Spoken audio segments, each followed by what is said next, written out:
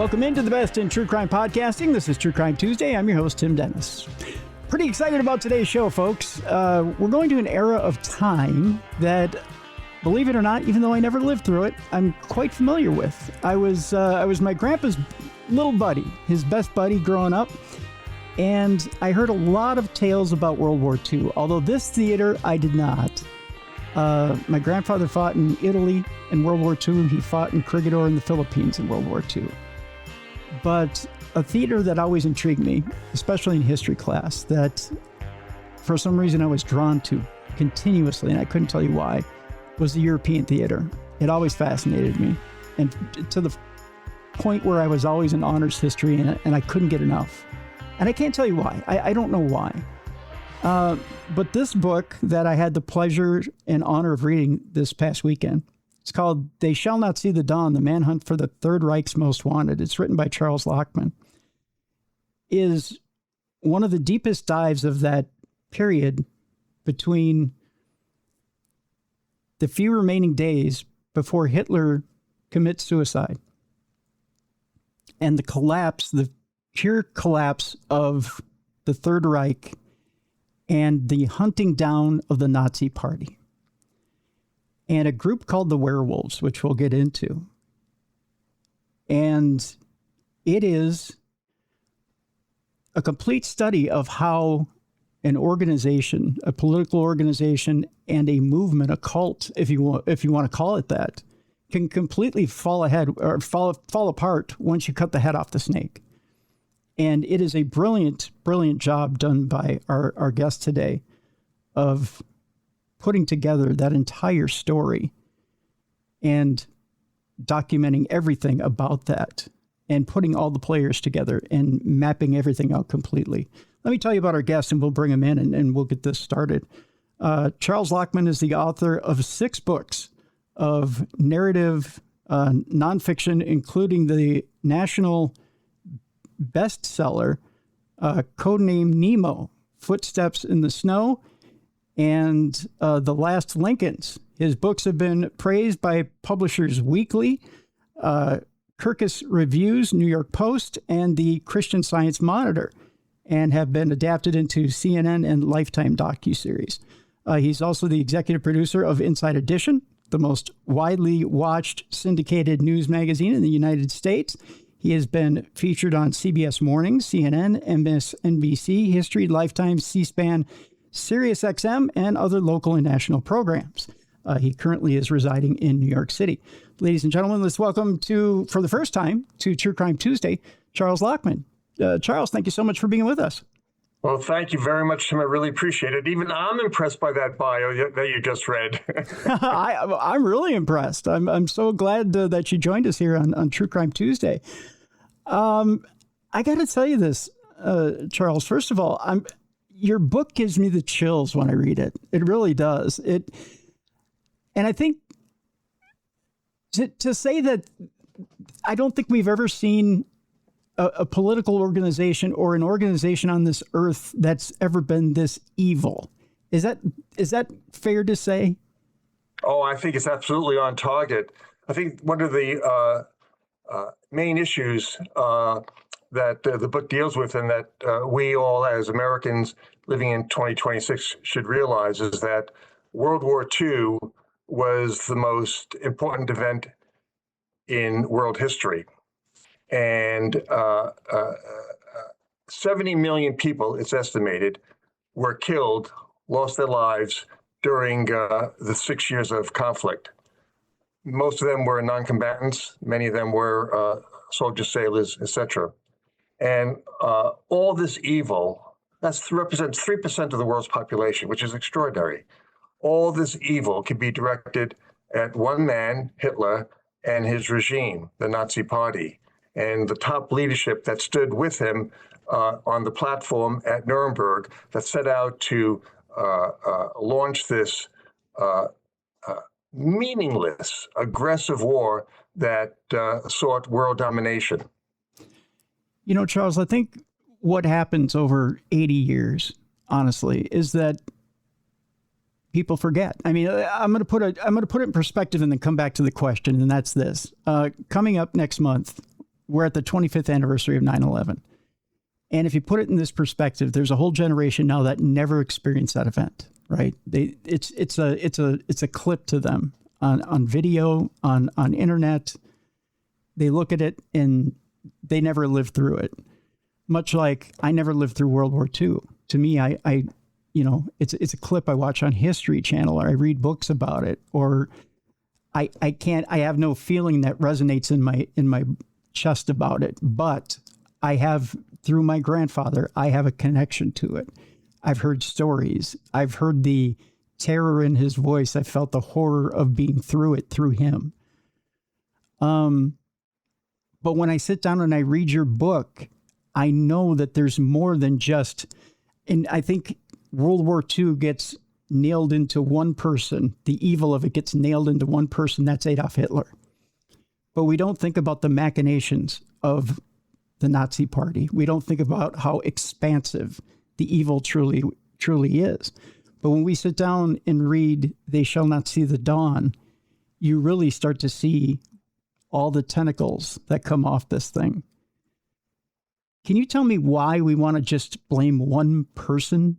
Was it because the personality of Hitler was so strong that he drove everyone to this? Or is it because it's easier to blame one person?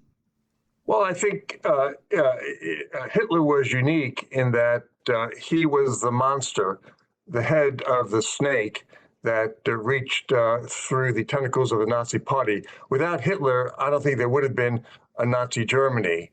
There may have been a far right-wing Germany. It may have committed all sorts of evil doings, but it was Hitler who created the final solution and who came up with the concept of world domination. And I think it's fair, yes, he had functionaries under him, but I think it's fair to say that without Hitler's existence, World War II would not have started.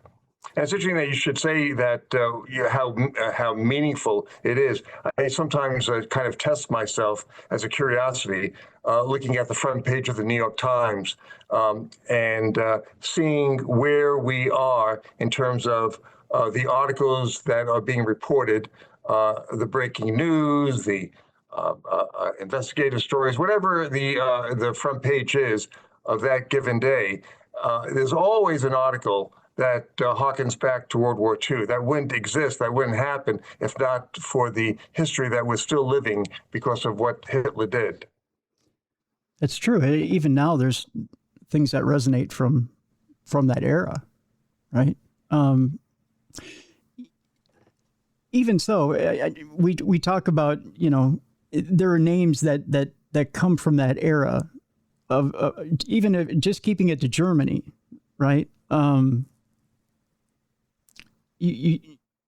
Although it's hard not to say the name Mussolini and think Mussolini didn't have his own I don't want to call it fright factor, but I'll call it that. He had his own nefariousness. But even within the Nazi Party, you had Himmler, you had Goebbels, you had these different personalities that, had it not been for Hitler bringing them together, do you think that they themselves would have had that same amount of, I don't want to use the word motivation, but do you think they would have had that same drive to want to get to that level of power that they actually did? Well, they may have had the drive, but I don't think they would have had the wherewithal. The thing that struck me in my research, and of course this is something that historians who've studied Nazi Germany realize, is that the key figures who stood behind Hitler, who carried out his orders, it's fascinating to me how incredibly stupid and monstrous they were, that only in a government run by Adolf Hitler could these characters have risen to the top of power and influence. And that, they had a few years of good luck. Things went their way in the early phases of the war. Prior to the war starting out, Czechoslovakia and Austria, yes, that's all true. But at some point, um, uh, the Allies, when they got together and they fought these monsters, it was almost inevitable that they would be defeated. Their own evilness and, in my opinion, stupidity drove them to defeat. So, in a sense, thank goodness they were so stupid. They were crafty. They were bright people, although some had extremely, sorry to quote President Trump, extremely low IQs, but that's a fact in this situation. Mm-hmm. And it was fortunate for the Western world and the Allies, America and Great Britain, that they had these pitfalls of character and foolishness. Let me ask you this. We'll start at this point here, Charles, and then we'll move forward. Explain to us and kind of set the scene here. I know some people are aware of it, some people aren't. How Hitler rises to power. Is it the economic conditions in Germany at that particular time that he rises to power? Is it the fact that they're coming off World War I? Things aren't looking so great. What is it that puts Hitler in power and that the Third Reich rises?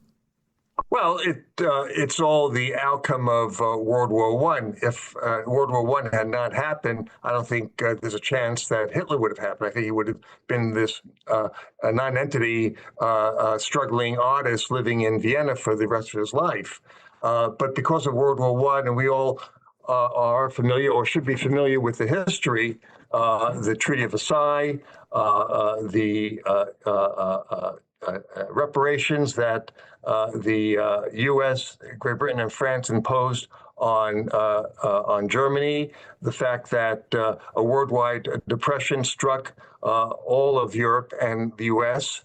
In 1929 and going on to the 1930s, all this created a economic turmoil in Germany that led to the rise of Hitler. So, and of course, there's also the long history of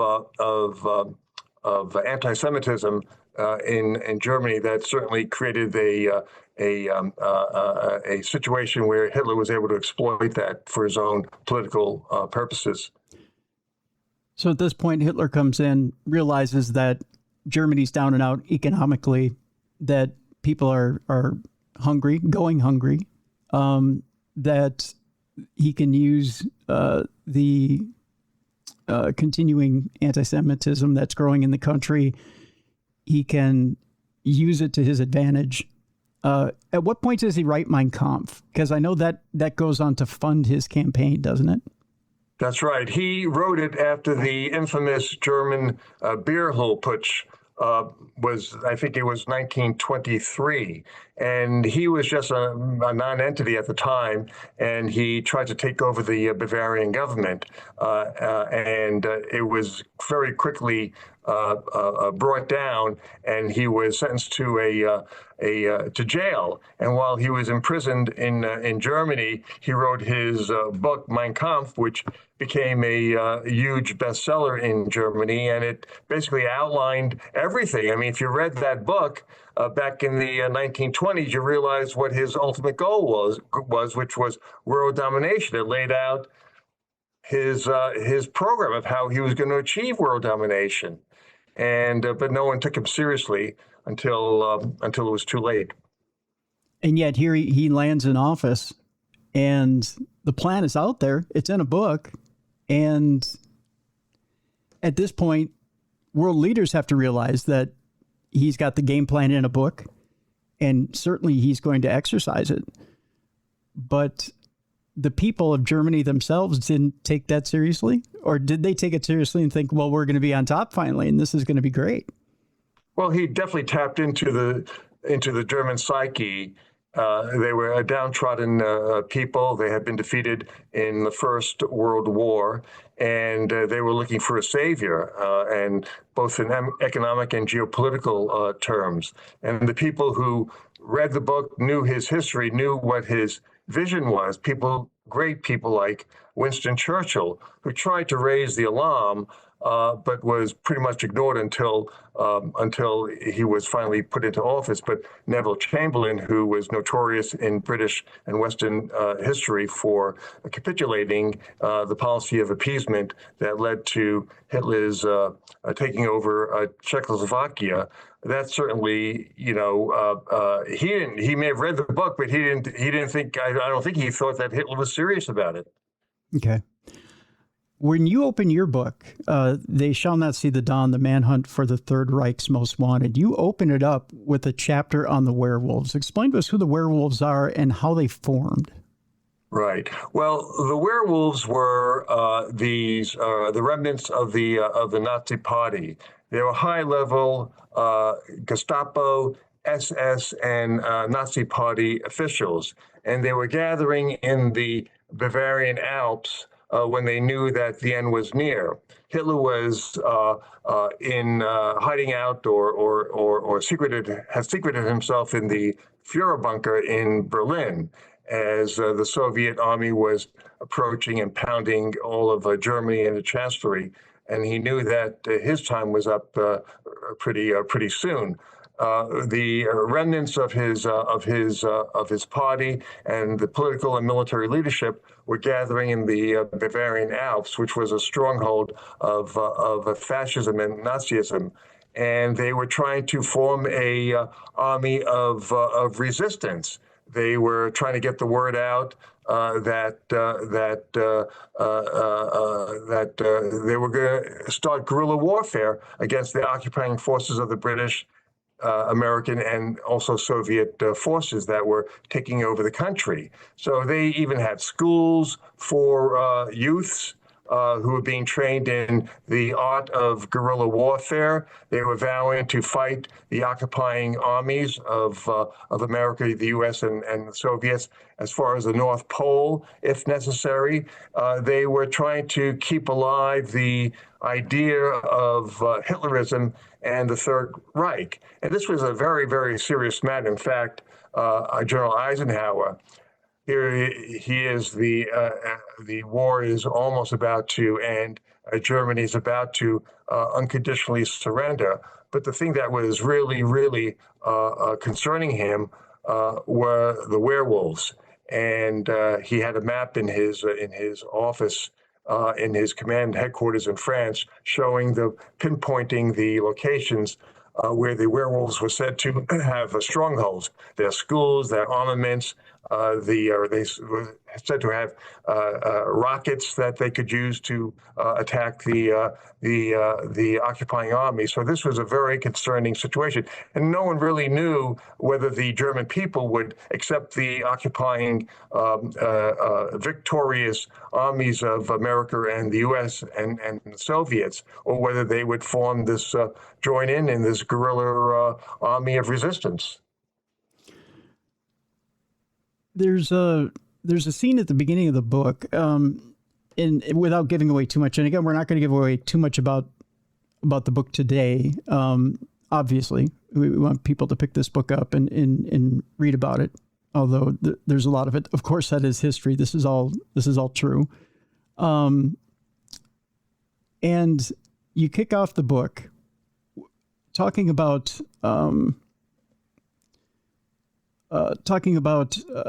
And forgive me because there's a lot of names in here, talking about Sheldon Anderson, who is a U.S. flying ace. And he is, you go into his background quite a bit. We won't, for time's sake, we won't get into most of his background, but he's reported missing. His family and his fiance are kind of holding on for him. But he's captured by the Nazis. Can you describe to us what happens with Sheldon and what kicks off as a result of Sheldon's capture? He was as you point out, a flying ace. He had shot down 5 Nazi warplanes in his career in the Army Air Force. He was from Wisconsin. He was just a regular guy in civilian life before the start of the war. He worked washing cars. He's a high school kid, but he had the wherewithal and this is one of the things that that could strike you about reading about World War II and researching World War II history, is that ordinary people did extraordinary things. Ordinary people who had the brains and the smarts could rise up in rank and really perform great deeds. Sheldon was shot down in the closing days of the war, and he ended up parachuting in a part of Germany that was still a Nazi stronghold. And he was captured. They could see his parachute coming down, and he was taken into custody and sent to a local prison. And then the Gestapo was informed, and sure enough, the leader of the Gestapo in the nearby city came to pay him a visit. And he took him out of the cell. He was accompanied by 5 other Gestapo members, and they drove him out to a remote part of the woods.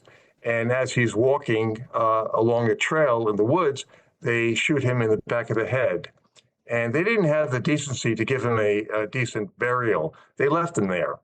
And later, when the U.S. Army conquered that part of Germany, they quickly learned about this execution. And they set out to find the people responsible. And what ensued was, part of the drama of the story, is a CIC. A CIC is Counterintelligence Corps, an agent named Alfred Sanduina, who had a fascinating background. He was assigned the mission of tracking down the Gestapo agents who killed Sheldon Anderson, and he was the son of a woman called Lady Hercules, who in the 1920s was the world's strongest strongwoman. And she performed in the circus. She performed for Barnum and Bailey Circus. Her son lived in New York City. His family ended up running a luncheonette in Jackson Heights, in the Jackson Heights neighborhood. And Alfred, went to Columbia. He wanted to become an actor, and he joined the army at the start of World War II. And they quickly realized this is a perfect candidate for the CIC. One, he spoke fluent German. 2, he was an actor, and they were looking for not eccentrics, but people, soldiers with unusual backgrounds. And he fitted to a T because of his birth, his family history, his fluency in language, his knowledge of German culture, because he lived in Germany for a while. So he was assigned the mission of tracking down a notorious Nazi named Richard Dreyfus, who was responsible for killing Sheldon Anderson. And what ensued is this dramatic chase across Germany. He didn't have much to go on. He had a description. He had some intelligence information. The key fact was learning that Dreyfus's wife lived in a certain town in Germany, and they had 4 kids. Well, that created an issue of vulnerability on his part, and Alfred Sanduina staked out the house, and sure enough, Dreyfus's wife shows up, and 3rd degree, time of war or post-war, and she gave up the location of her husband's whereabouts, which was him hiding out in a convent in another part of the country. It's amazing, and it seems like as these Nazis are on the run, they're finding more and more non-traditional ways of hiding themselves, so that they're not found. Although they're not the most clever places to hide, and it seems like although our boys are having to find them, they have some difficulty trying to find them, but it's not a lot of difficulty, right? Well, you could go back and forth on that. They were all in possession of phony IDs and phony names, and so it was a difficult chore. But I have to say that many of them were turned in by their fellow Germans, who were just furious at the fact that they had, many of them felt that they had, that the Nazi Party and Hitler had brought Germany to ruins. And these Nazis were very familiar faces among the German public. I mean, Hitler was in power for, 12 years, right? 13 years. And his functionaries were always in the newspapers, always on the newsreels, so they were familiar faces. So there's one anecdote I tell where the Julius Streicher, who was a notorious publisher of the most vile publications in Germany that really set the tone for the final solution in the Holocaust. They gave him up. They knew that he was living in a house in a chalet, also in the Bavarian Alps, and an American major got the tip, and he went over there in his Jeep with a couple of other soldiers, and they burst into the home. They really had no idea that it was Streicher. All they were told was that it was a famous, well-known Nazi who was living in the house, and no need for a search warrant. This is, just after the war, and they find a Streicher posing as a painter.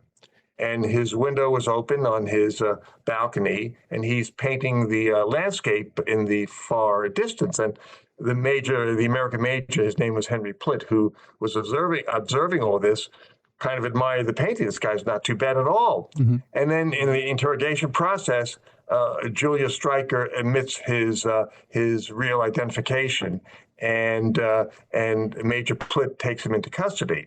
His wife is there, his wife of just a few weeks, his former secretary. A lot of these Nazis had a lot of mistresses and a lot of second marriages, a lot of secretaries who they ended up marrying. And so Plitt brings a Streicher into a Jeep and drives him to American headquarters in Bavaria.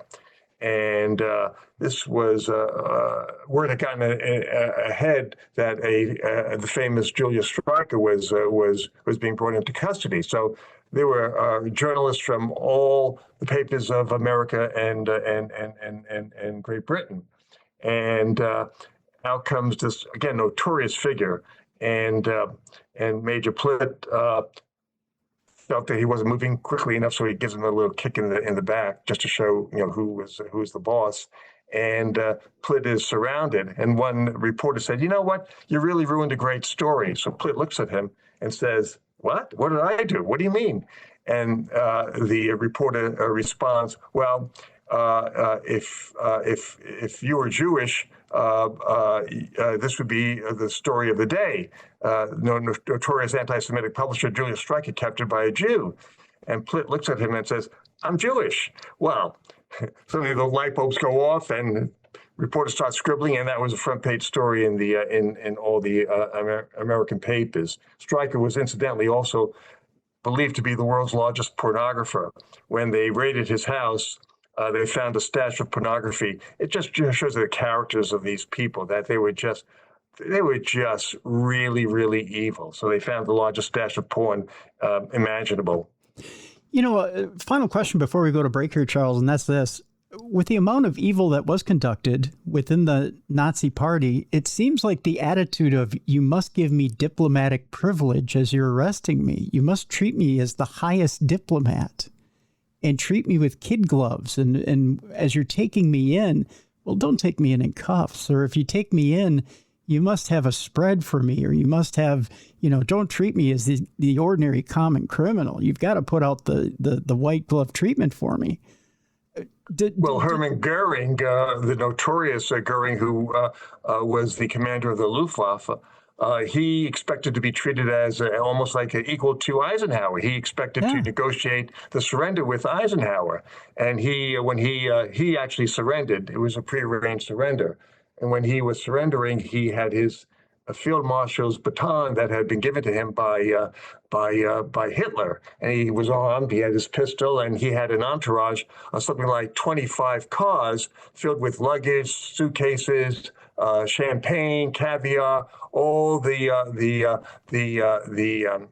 great items that he was accustomed to living with in the days when he was like Hitler's number two, and pretty much very quickly that was all taken away from him, and he just couldn't believe that he was being treated this way. The head of Hitler had appointed the new president, Donitz, and Donitz expected to be treated as a head of state. Mm-hmm. And when he was arrested, he also couldn't believe it. And they gave him about an hour to collect his belongings. I'll just tell you this quick anecdote. He was body searched and to check for weapons. And they found that he was wearing seven underwears. And he very embarrassed and meekly said, well, I have a weak bladder. So, these are, you almost feel for him, but you don't. But his humiliation was very evident in that moment. But it's the audacity. Do you find amongst, it wasn't just one of these guys. It wasn't someone who was that close to Hitler that had this audacity that he should be treated as a head of state. It was a lot of them. I mean, it went right down the line, down to mid-government status, that they all assumed that they should be treated with like butter didn't melt in their mouth. I mean, what is it about the pomposity of this organization that they felt like they should be treated better than everyone else? Was it just the culture that Hitler had installed? Well, I think that was part of it. I think it's the arrogance of power. They've been running the government, and the world was living in fear of these people for, again, 7, 8 years. And I think they were used to being in that position of power. And I think that they had their comeuppance due, and many of them realized that there was nothing much that they could do except blow their brains out. There were a lot of, I explain in the book how there were so many thousands of suicides, ordinary Germans, but also top leadership. There was this one top Nazi who gathered his family at the dining room table. This is, again, in the closing days of the war, and he knew the end was near. So what did he do? He set off a hand grenade underneath the table and blew his whole family up. Joseph Goebbels had 5 children, and he ordered them to be executed in the final days of the Fuhrer bunker. And Hitler himself refused to be captured. He was obsessed with the fact that his body should never be discovered. So he blew his brains out. His wife of a day or two, Eva Braun, swallowed, bit down on cyanide capsules. So both their bodies were burned by the SS officers on the grounds of the Fuhrer bunker. So he knew that he wasn't going to be a head of state treated with all the rights and privileges of a chancellor or president of a foreign country, even though it had been defeated in war. He knew, okay, it's over. Wow. Okay, Charles, we'll take our break here. When we come back, I want to talk about a couple different things. I want to talk about the fact that the Hitler did have such a resonant charm, and I hate to even use those two words when associated with him, that he did draw people from our side of the pond over to him to work with him and for him. We'll talk about that when we come back, and we'll talk about characters such as Axis Sally when we come back. We'll also talk about the fact that it seems like everyone in the Nazi party was carrying cyanide capsules. And we'll talk about that as a means to get rid of themselves, and why everyone, it seemed like, had this suicide pact, why no one wanted to face the music. We'll talk about that when we come back as well. You've already kind of gotten into it, but we'll get into it more, and why everyone was more dedicated to the Third Reich than they were to staying alive. I find that fascinating as well. The book is amazing, folks. I want you to go get a copy during the break. They Shall Not See the Dawn, The Manhunt for the Third Reich's Most Wanted. Charles Lachman is our author and guest with us today on True Crime Tuesday. We'll talk about those subjects and much, much more after the break. But first, I want to tell you about our sponsor today, Jelly Bean and Julia's. Boy, folks, I tell you, an amazing, amazing menu over there. But the specials this week include for today and tomorrow and Thursday, happy hour, 25% off all appetizers, excluding their appetizer sampler, half price off all single well pour well drinks, half price off Mick Golden Light and Coors Light taps, and half price off all domestic cans and bottles. Then, of course, coming up on Friday, and you know I'm going to be over there on Friday celebrating my birthday, the smoked prime rib dinner. And boy, I am looking forward to it. I'm going to load up. I'm going to get the 16-ounce prime rib dinner with that tequila berry salad, the sweet and tangy dressing with the bacon bits. I'm going to get one of those. I'm going to ask Corey for the biggest Boston baked potato I can get. I'm going to load it up with the sour cream cheese and the bacon bits as well. And of course, the biggest piece of Texas toast he's got. And I'm going to chow down and have the best birthday ever. I'm looking forward to it. I can't tell you how much I'm looking forward to it. Going to have the best birthday yet. I'm telling you. Sunday, I may even go over Sunday for breakfast and end the weekend with breakfast on Sunday over at Jelly Bean and Julia's. If you've never had breakfast over there, it's something special. Check out breakfast over there as well. Saturday night live entertainment over at Jelly Bean and Julia's. They also offer catering and much, much more. Check it out. Jelly Bean and Julia's over on Coon Rapids Boulevard in Coon Rapids, Minnesota. JellyBeanandJulia's.com. Get over there and be a part of something special. JellyBeanandJulia's.com. All right, when we come back, more on this program with our guest as we talk about the Third Reich. And boy, folks, I tell you, it's an interesting discussion.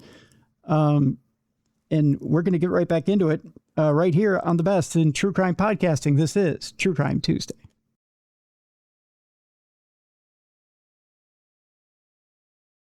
Welcome back to the Best in True Crime Podcasting. This is True Crime Tuesday. I'm your host, Tim Dennis. My guest is Charles Lachman.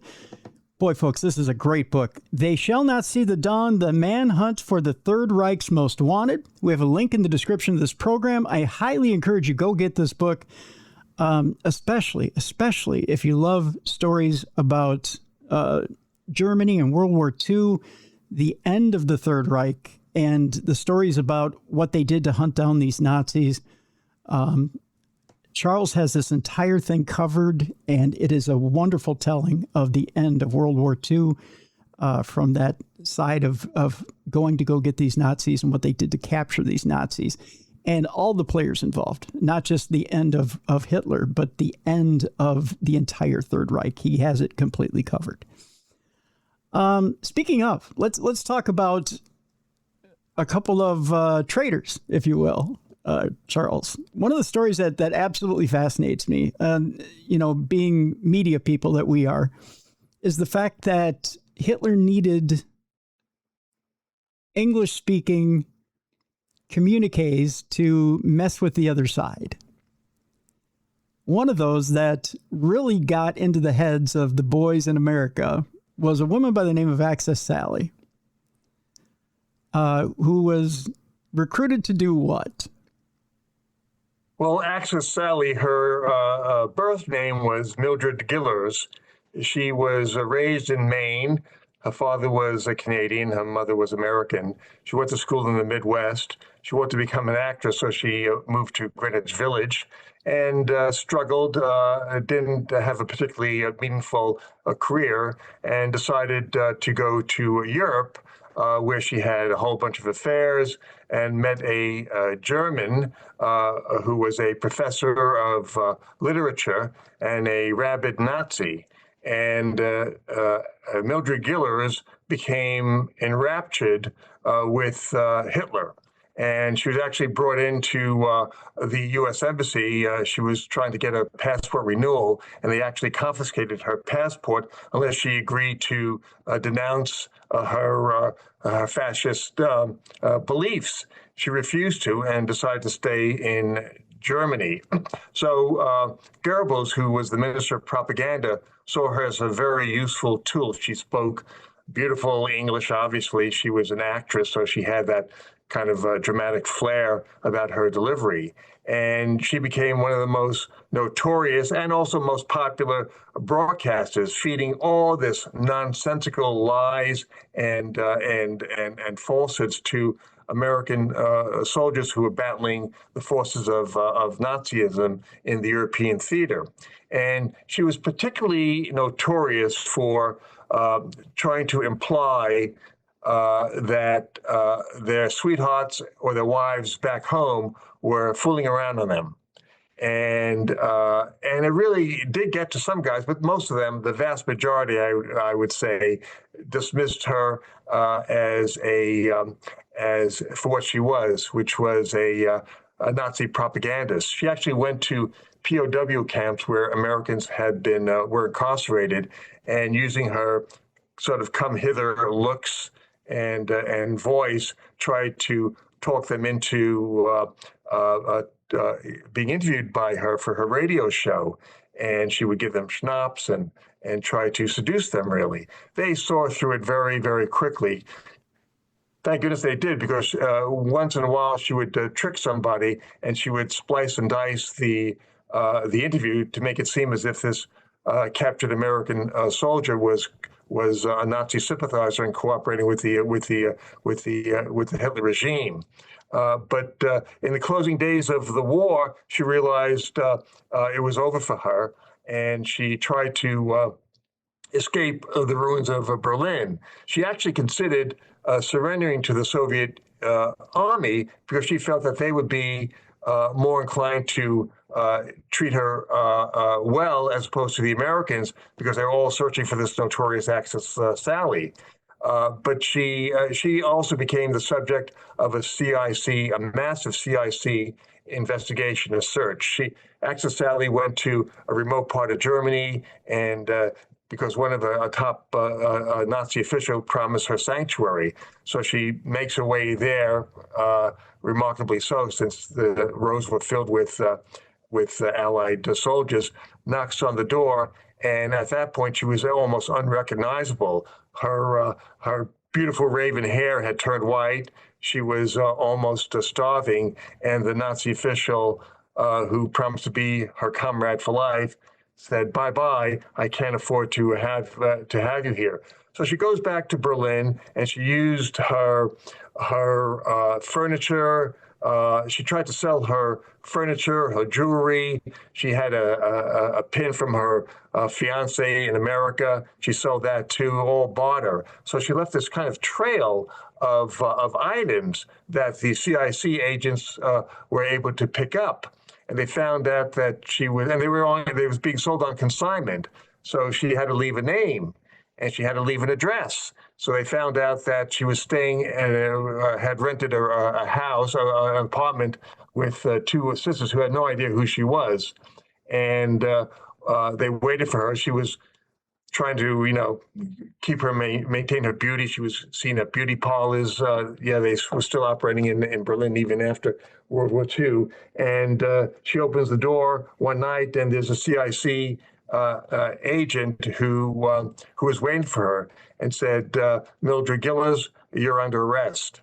And it's curious. It shows you how the CIC agents were so brilliant, and they were really the best of the brightest. He later became a well-known scientist who was actually considered for the Nobel Prize in chemistry. That's how brilliant these people were. So that's the story of Axis Sally. She ended up being tried for treason and served 10 years in jail. That's crazy. But these CIC guys really were pretty brilliant. They had a way of being able to hunt down these people, even when they were on the run in a war-torn country. And you would think there was nowhere for them to go, but they found ways to snake around and get around, and managed to avoid, for a short time, in a very short time, these soldiers and these allies, and be able to try to figure out a next move, but they didn't get very far. Right. Well, not many people know that Henry Kissinger was a CIC agent. Mm-hmm. He was a lowly sergeant in the U.S. Army, and he had, his history. He had been born Heinz Alfred Kissinger, came to America with his family. They were able to escape, barely escape, penniless refugees. They ended up living in Upper Manhattan, and he is drafted, and his brilliant mind was obviously very quickly recognized. And also, he was obviously fluent in German and knew the German culture backwards and forwards. So he was an easy recruit for the CIC. Then on the other hand, you have a soldier named Jerome David Salinger, later to be famous as J.D. Salinger, the author of Catcher in the Rye. But then he was Jerome Salinger. And he, like Kissinger, who came here as a penniless refugee, Salinger's family lived on Park Avenue. His father was a very wealthy importer-exporter. Salinger had already published short stories in Esquire magazine and some other publications. And he was also a CIC agent. Actually, it's very interesting. He had a distinguished war record. I mean, he really served ably in the days after D-Day, and but then acting as a CIC interrogator, he was one of the first soldiers to liberate Dachau, a subcamp of Dachau. And what he saw there was so disheartening. He couldn't. He had to admit himself into a hospital. What we now would call PTSD. He suffered from that. So that to me is a very telling anecdote. Yeah.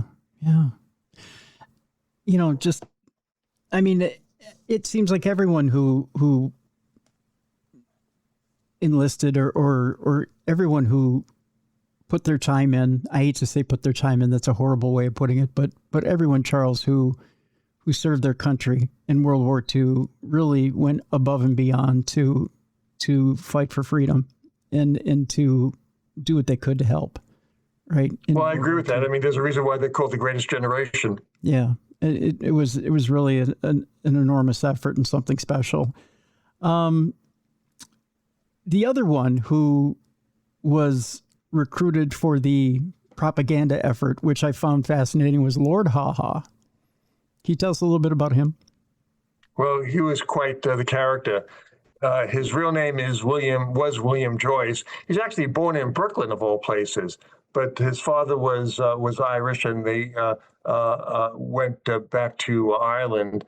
And he was a ne'er-do-well. He was just a rabble-rouser. He was one of these characters who was instantly drawn to fascism and to Hitler. So he would give speeches on the streets of Berlin.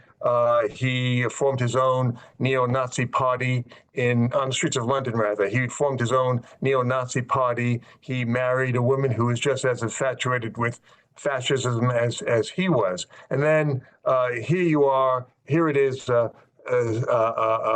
August 1939. The world is on the brink, right? Hitler is about to invade Poland on September 1st, 1939. So what does William Joyce and his wife do? They go to Berlin. They make their way to Berlin in the midst of all this chaos. And he was a brilliant communicator, but he spoke in a voice that was so obviously fake.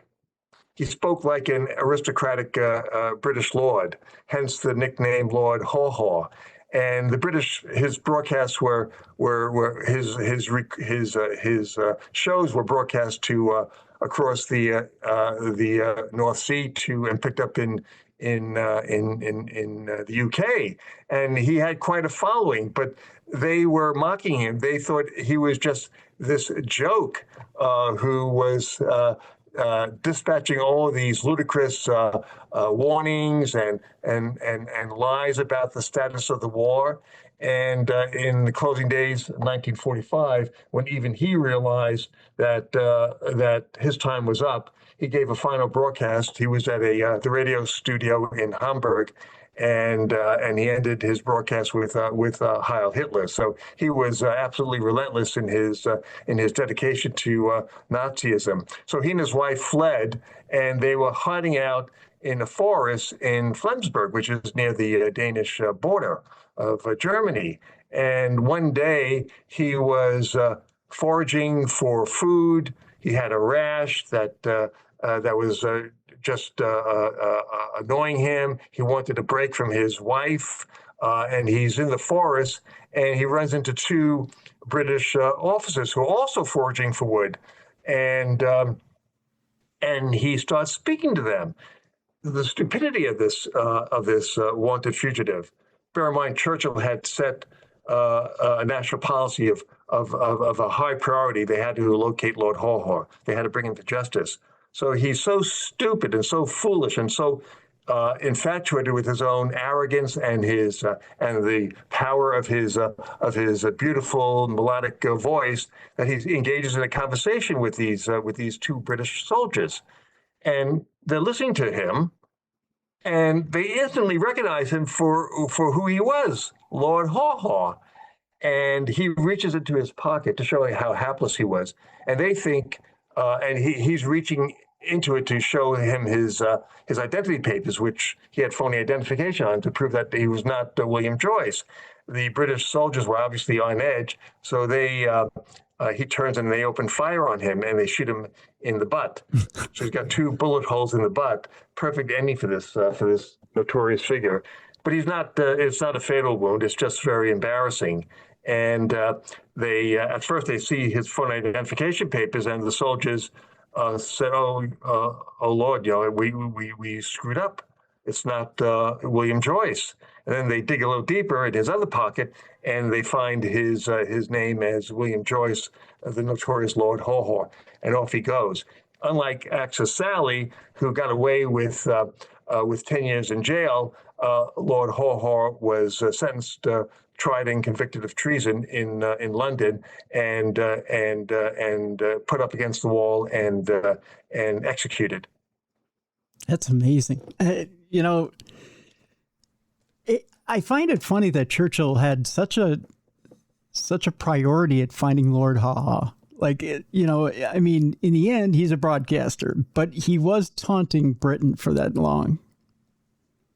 Right. I wouldn't say that it was number 1 priority, but it was up here. It was up there. Right. He wasn't public enemy number 1, but at the same time, he was a priority. Right. It's just, it's fascinating. That's for sure. As we begin to close down the program today, I do want to tackle one last subject here, Charles, and that's this. For years and years after World War II is over, in every tabloid rag you could ever imagine, the topic of is Hitler still alive was put out there. The huge rumor for a long time was he got away on a U-boat along with Eva Braun. They were in Argentina. I myself have interviewed the author of Grey Wolf, and we went through that whole theory. There's, there was all these different theories of how he got away. I think you tackle a few of them here in this book as well. Can you share with us a little bit as to why Hitler actually died in that bunker and what the evidence is? Well, I think it's clearly established after all these decades that Hitler did not survive his time in the Fuhrer bunker, that he is 1,000% definitely positively dead. And the reason for that is that it's very interesting that the whole notion that he escaped, that he survived the war, that his death was the greatest hoax in history, was really triggered by Joseph Stalin. Why did he do that? Well, for a number of reasons. It was just the start of the Cold War, and Stalin wanted to raise the idea that Hitler was being given sanctuary, particularly by Churchill. And there's actually a story in the official Soviet propaganda sheet, Izvestia, that Hitler and Eva Braun were hiding out in a chateau in Germany, surrounded by a moat. And as you point out, the other stories: he escaped on a U-boat. His hair was now white. He's a croupier in Austria. All sorts of nonsensical stories. But it created a worldwide sensation. Was Hitler really dead? And this also became a national priority. As I explained in the book, Eisenhower in particular needed to settle the matter for both his history and also for political reasons that Hitler was definitively dead. But the Soviets were really up to mischief. And they knew, based on the witnesses from the Fuhrer bunker, bear in mind the Soviets had occupied Berlin. the U.S. Army was west of, and the Brits were west of Berlin. So the Soviets were in total charge of Berlin. This is before the four powers kind of divided the city. And they had full control over the flow of information. So Marshal Zhukov, who was the legendary leader of the Soviet armed forces, gave a press conference in 1945, not too many weeks after the surrender, where he said, "I don't know whether Hitler's alive. Maybe he is, maybe he isn't. Why don't you ask Winston Churchill whether he's alive or not?" So this raised all sorts of issues. They knew that he was dead. They took his skull, which the remnants of his skull and Eva Braun's body, which had been burned to a crisp by the SS officers operating under Hitler's instructions, and it ended up in Berlin.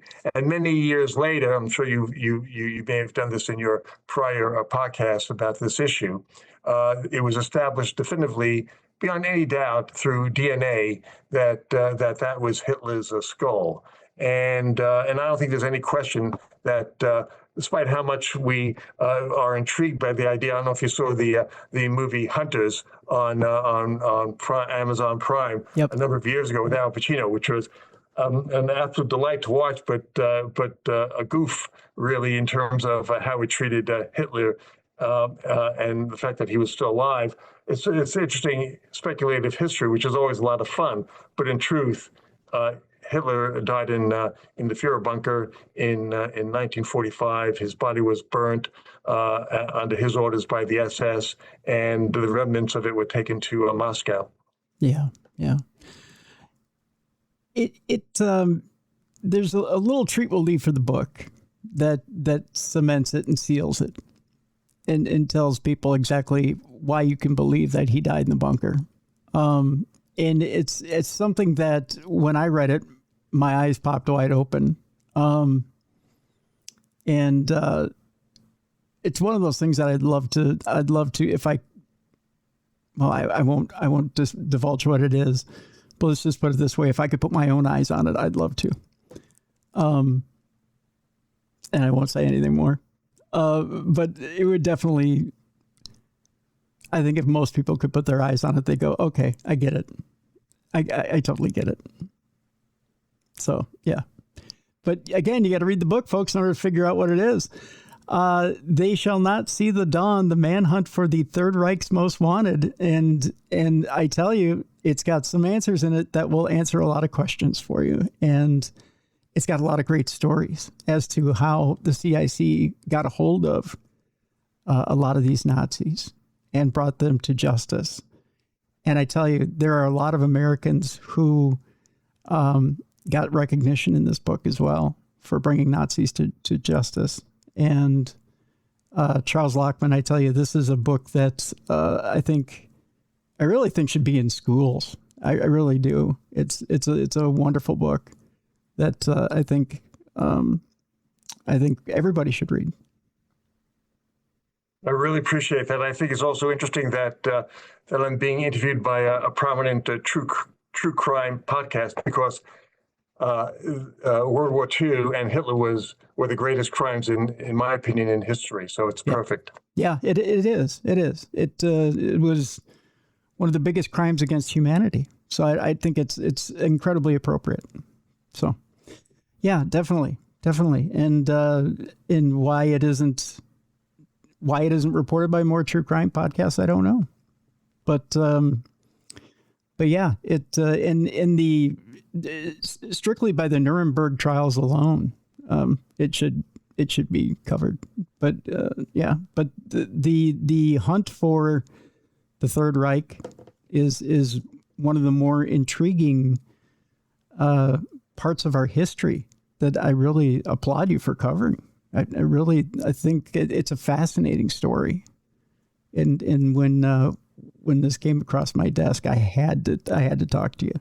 I had to read the book because it's to me, I salivated at wanting to read this. So thank you so much. Really, really appreciate that. Yeah. Thank you, Charles. Thank you so much for spending the time with us today. And again, I wish you the best of luck with the book. Again, folks, we have a link in the description of this program. I want you to go check it out. They Shall Not See the Dawn, The Manhunt for the Third Reich's Most Wanted. It's a wonderful, wonderful book. I want you to go get this book and just enjoy your time with it. It's a great read for the end of summer, beginning of fall. It says here, comes out October 13th, correct? Well, no, it's actually September 1st. September 1st. Yes, September 1st. I'm sorry, right. September 1st. So it'll be right around the corner. So pre-order your copy right now. So again, we have a link in the description. You'll have it right in time for fall. So yeah, thank you so much, Charles. Appreciate you. And again, it's time now for us to turn the page. It's time now for us to bring in Jessica Freeberg. It's time now for Dumb Crimes and Stupid Criminals. It's Crayon News story time. What happened with this dude, Christ Bearer? I heard he cut his penis off and then jumped off a balcony. Suspect pulls gun from butt, shoots twice at Denver police. What is your emergency? I need help. And what's the problem? I'm too high. You're too high? Yeah. It's that time again. Time we've all been looking forward to. It's time now for Dumb Crimes and Stupid Criminals. And with that, I need my co-hostess, the one that Binder calls my first, my last, my everything. No, wait a minute. That's a Barry White tune. But it was close. It was something like that. I don't know. The connection was breaking up between me and Binder, but I know he was very devoted, very devoted. He said he was celebrating the, I don't know, is there a solstice coming up or something like that? Or I don't know. He's got all these different holidays now, and it's confusing me, but it's the Church of Freeburg. I know that. He said there was the holy release of the Trinity of Tomes. I know there was that. There was that celebration. There was the Barrel of Ink and Scrolls Festival that recently took place to celebrate the beginning of the release of the charts. There was that. And then there was the Breaking of the Charts Festival that just took place. I know there was that. But he's very excited. He's like a kid in a candy store right now. And he said give my regards to the deity. He goes, I know you're going to talk with her soon. I can only approach her through the saints. I don't know who the saints are now. There's now a litany of saints in the Church of Freeburg. So I'm going to find out who these saints are. But ladies and gentlemen, here she is, the deity of her own church. Ladies and gentlemen, Jessica Freeburg. Hi, Jess. How are you? Hey, I'm exhausted from all the festivals, obviously. I know, right? I wonder if there's good food at these festivals. I'll have to ask Binder. I mean, always, yeah. I love food, so yeah. If it's my church and my festival, there better be good food. Well, I'm hoping that it's kind of like, Holy Cross over in Northeast Minneapolis, where you got the chicken and meatball dinners and stuff like that. But yeah, not like fair food. I don't want like deep fat fried ranch dressing or anything disgusting like that. No. Good food. Right. You got to have the good fair food. No, not fair food. I'm sorry, you don't want fair food. You got to have the good church food, right? I mean, I mean, maybe a little fair food, but not a lot of fair food. But, some fairs they do like rib cook-offs or stuff like that. There you go. Yeah. Do some wholesome, down-to-earth cooking. Yeah, good old Iowa farm food. Mm-hmm. That's what I like. Mm-hmm. Yeah, I'm doing good. I had a good weekend. It was a lot of writing and just hanging outside with the family. It's still nice. We got to soak in this nice weather while we can. This weekend was absolutely gorgeous. Yeah. It was something else. It really was. Yeah. I told you off air that we had a chipmunk explosion over the weekend. Yes. There was a discovery out in the garage that absolutely either horrified me or elated me, one or the other. Oh, gosh. It sounds like a chipmunk explosion, horrifying. Were there like little body parts? They like literally exploded, Tim? Well, no, thank God, no. But I went from having just Pip, and I've been looking around for Spud. I haven't been able to find her, to now there are 5 chipmunks.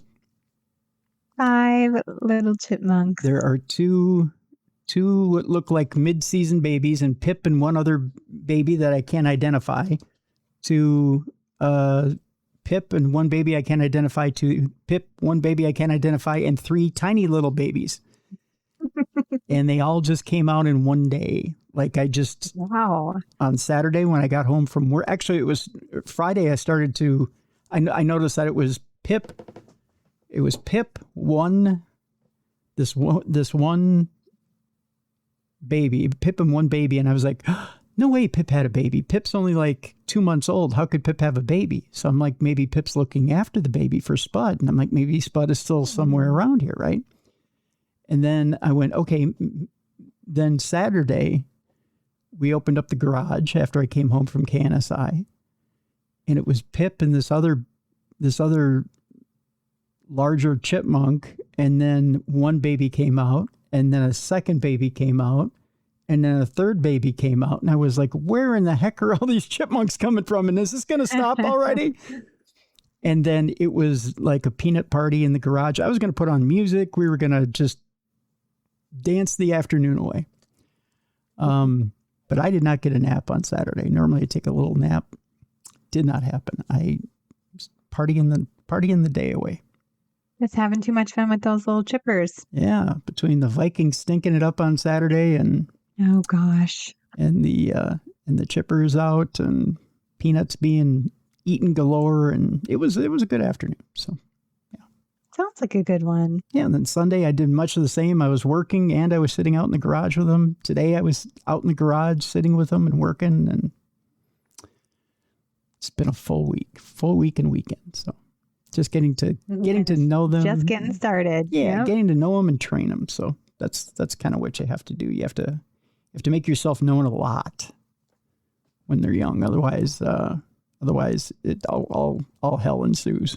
So yeah, just like children. Yeah. Make yourself known. Yep, make yourself known and train them right away. Otherwise, by God, it's all hell breaks loose. Mama not happy, ain't nobody happy. That's what they learn right away. That's right. Yep. So, but we're getting along very well. Yeah. Good. I love that. They've got me whipped into shape. So that's wrapped around their tiny little fingers. That's right. Well, Jess, I don't know how to put today's show other than for yours truly's birthday week. We're celebrating in style. Woo! Happy early birthday. Thank you. I came into this world without clothes, and evidently most people are celebrating without them this week. So we're going to be in Florida a lot. Is that what you're telling me? Well, that's part of it, and the stories get weird very quickly. But we'll start it off with an Ohio doctor who studied homicidal adolescents as a topic. I didn't know that was a topic nowadays that you could study. I mean, I suppose there's quite a few of them. If you watch the right shows, you see them. I guess, right? There's one about homicidal kids. They killer kids, I think it's called. Yeah. Scary. Scary that's a topic. That's actually something you can study a doctorate on. But yeah, that there's enough of them that you can get your doctorate in that. Yeah. But this doctor also came to her end, being gunned down in a scheme hatched by her teenage daughter. No. Yeah, we're going to start with a little irony today. Yeah. Yeah. According to this, an Ohio doctor who published a study on violent and homicidal adolescents was allegedly gunned down by her teen daughter's boyfriend and his roommate in a planned hit against the mom and her husband. Talk about... Oh, my gosh. Yeah, talk about violent. Tamala Dutcher was allegedly shot in the face by Christian Evans and DeJamius Payne during an invasion inside her Delaware County, Ohio home on August 14th. Dutcher, who was 55 years old, was sitting on the couch when Evans, 20, and Payne, 21, charged into the home and fired a single shot just after midnight. Dutcher's husband rushed to his wife's aid when the gunshot alerted him. Evans and Payne shot at the defenseless husband, but missed their shot before fleeing the residence.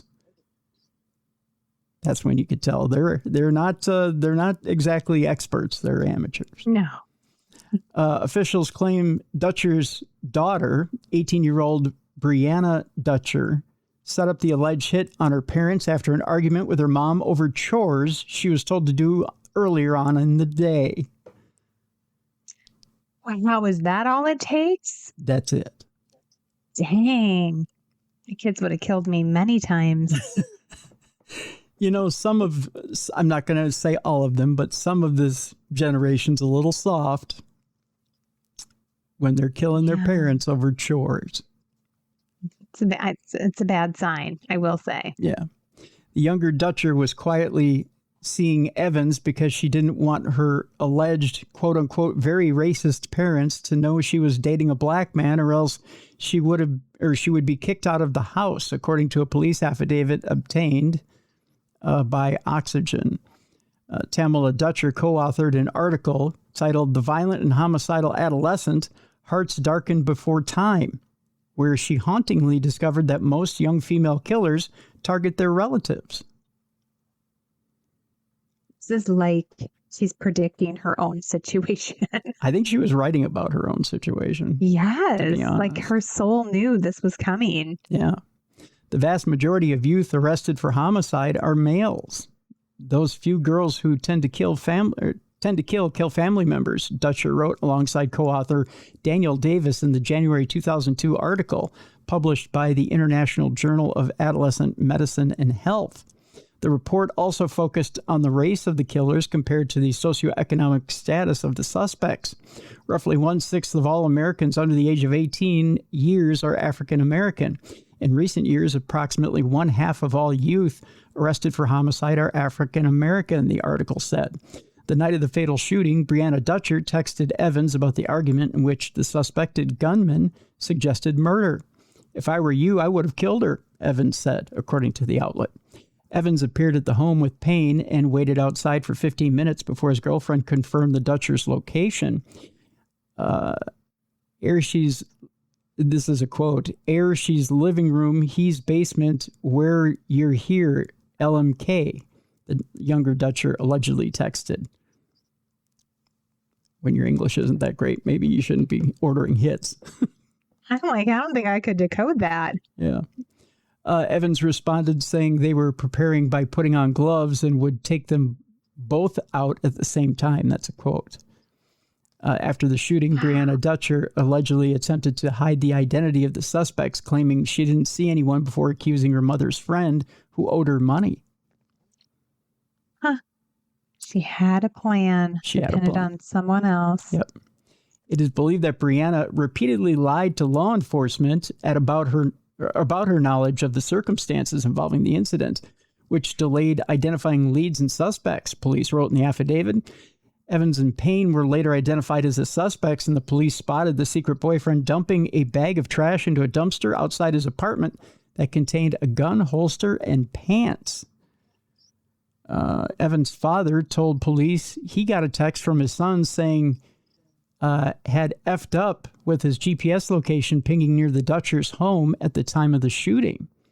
Police also obtained phone records from Brianna Dutcher's phone that contained texts from Evans that read, "Once they both pass away, and also I believe you should also get a gun." That's a little incriminating. Yeah. Brianna Dutcher, Evans, and Payne have all been charged with aggravated murder. Dutcher was also hit with an obstruction of justice charge. So. That is scary stuff. It is. Some people think they know their kids, and you really don't. I mean, I have told my kids, not that I've ever felt threatened by them, but I've told them, if you kill me, I'm going to haunt you so hard, and it's going to be worse than having a living mom nagging you. Imagine if I can go through walls and and be anywhere I want, anytime I want. And tell them you're going to hell. You'll never be forgiven. So just to kind of, you're going to burn, baby. Put it right in there. Just, your eternal soul is going to burn in hell. So, think about that twice. Just, just to put them at nice ease and comfort of the thought of even doing it. Yeah. Yeah. Yeah. Just make sure that they're really comfy with the idea. A little lake of fire. No big deal. Yeah. Big old lake of fire. So, just get used to it, kid. Just get used to the idea of me being around until you're old and gray. That's what I'm saying. So, another thing that everybody thinks they know is their cat. Cats are evil. Right? Thank you. Am I right? Thank you. I'm glad you said it because, you know, I said it for years on the show and I caught so much hell for it. I know. Oh, yeah, you love your cat, and my dog is evil, and she's like a cat, and so I get it. Like, I love her, but I'm not going to pretend like she's not evil. She will bite everyone. People are like, Tim, well, you just never had a cat for a pet. I did at one time, but I was really, really allergic. And so I had to give the cat to a friend. So I love cats. I do love cats, but they have an attitude, and that's fine. It serves them well. yeah, it's just kitties aren't the pet for me. They love me. They love me to death. I think it's my energy. They really do. Yeah. Yeah. And when I'm around a cat, I love petting them. If I can pet them, there's some I'm still really desperately allergic to. Oh, I'm super allergic to cats. And I always thought, oh, I'll just get one of those hairless cats, but it's not their hair, it's their skin. Yeah, it's the dander. It's like something in their skin. Yeah. So, but still kind of want a hairless cat though. They're so ugly, they're cute. that's kind of how some women look at me. Yeah. But there's I have a story here that proves yet again, I don't know how many I have to keep pulling up, folks, but I pulled yet another one. And it's not that I look for these stories. These stories find me. Keep this in mind. The headline is House Destroyed in Fire After Cat Knocks Over Turtle Warmer. And you may be saying, well, it was an accident. No. I've seen plenty of videos on TikTok. I know. They're very smart. Mm-hmm. Yes, they are. We go to Atlanta, where Atlanta firefighters are battling a large fire that destroyed a home on Friday morning. The homeowner believes it was caused by one of their cats. Crews responded to 689 North Avenue in Northwest Atlanta, not far from the Georgia Tech campus, around 9:20 a.m. News Chopper 2 was flying over the scene where firefighters had blocked off the road. Firefighters worked to keep the fire from spreading to the house next door. All because Kitty needed to knock over the turtle warmer.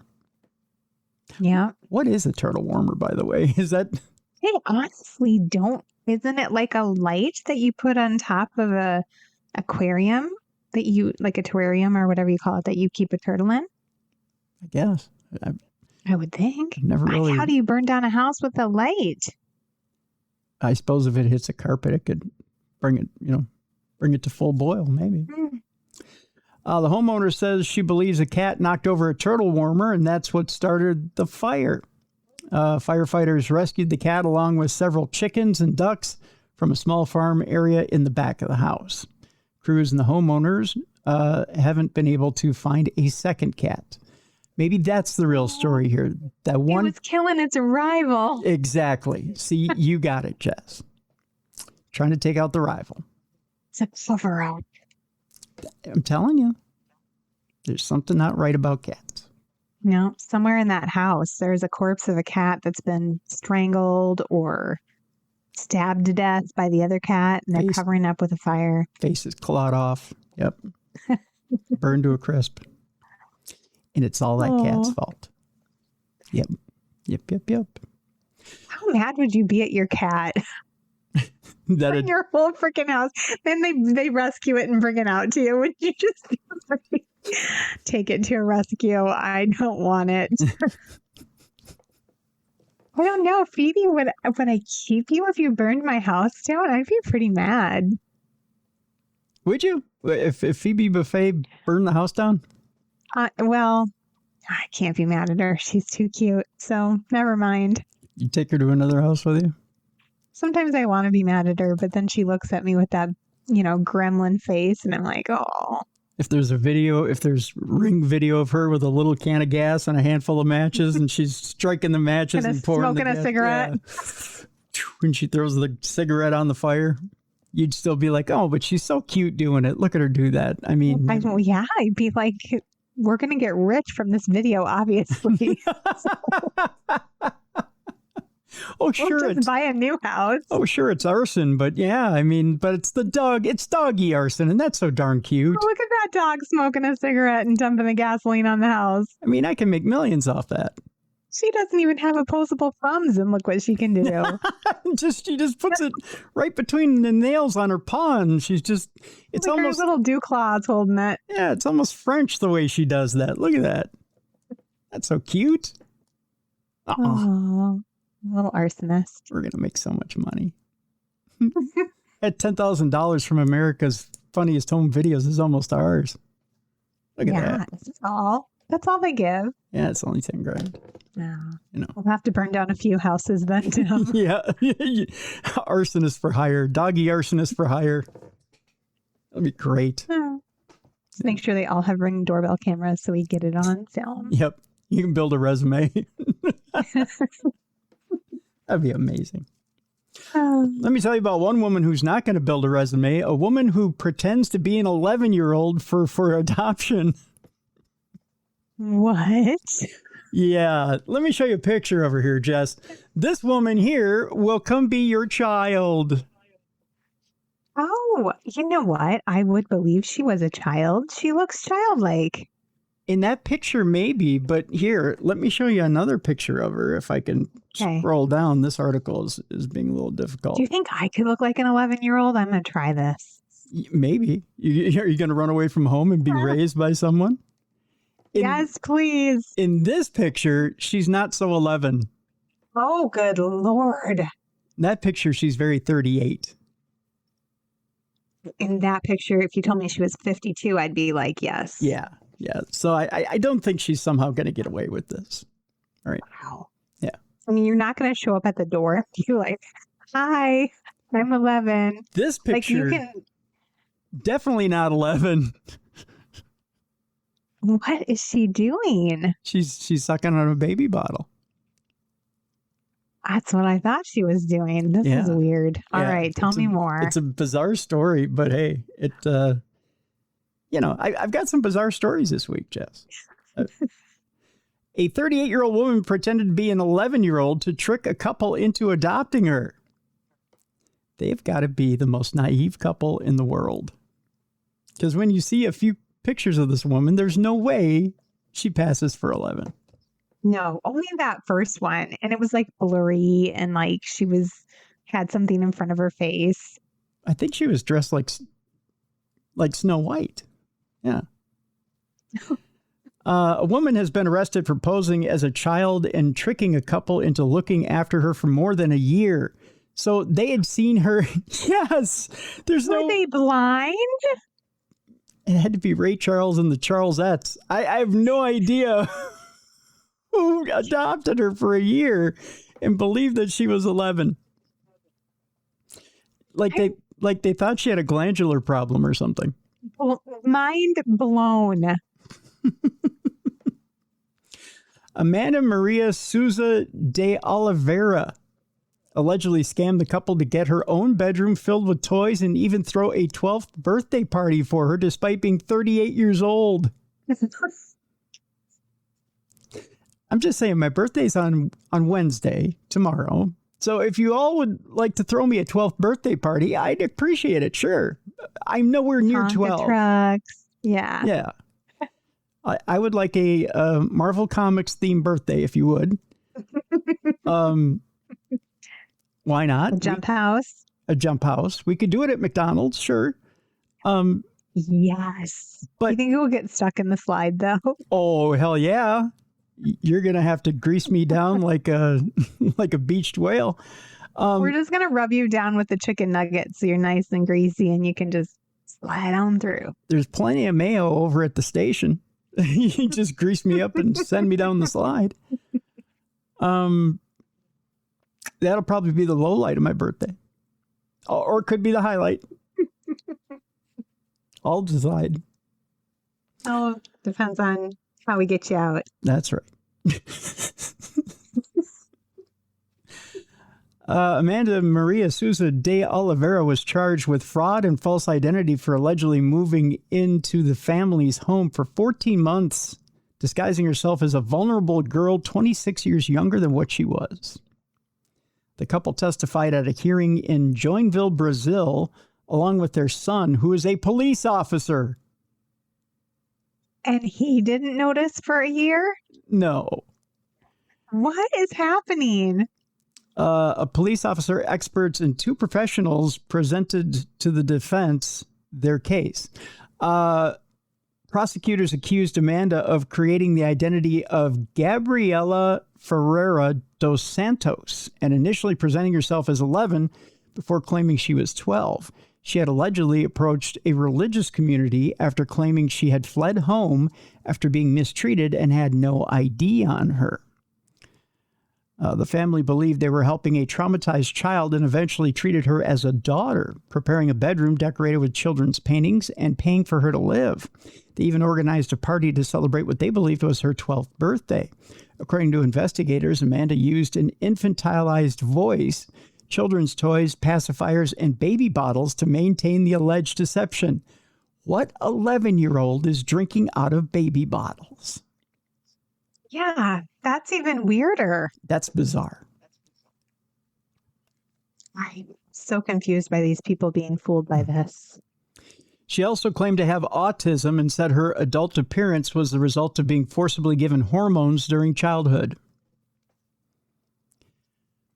What child is given hormones to the point where they look like an adult?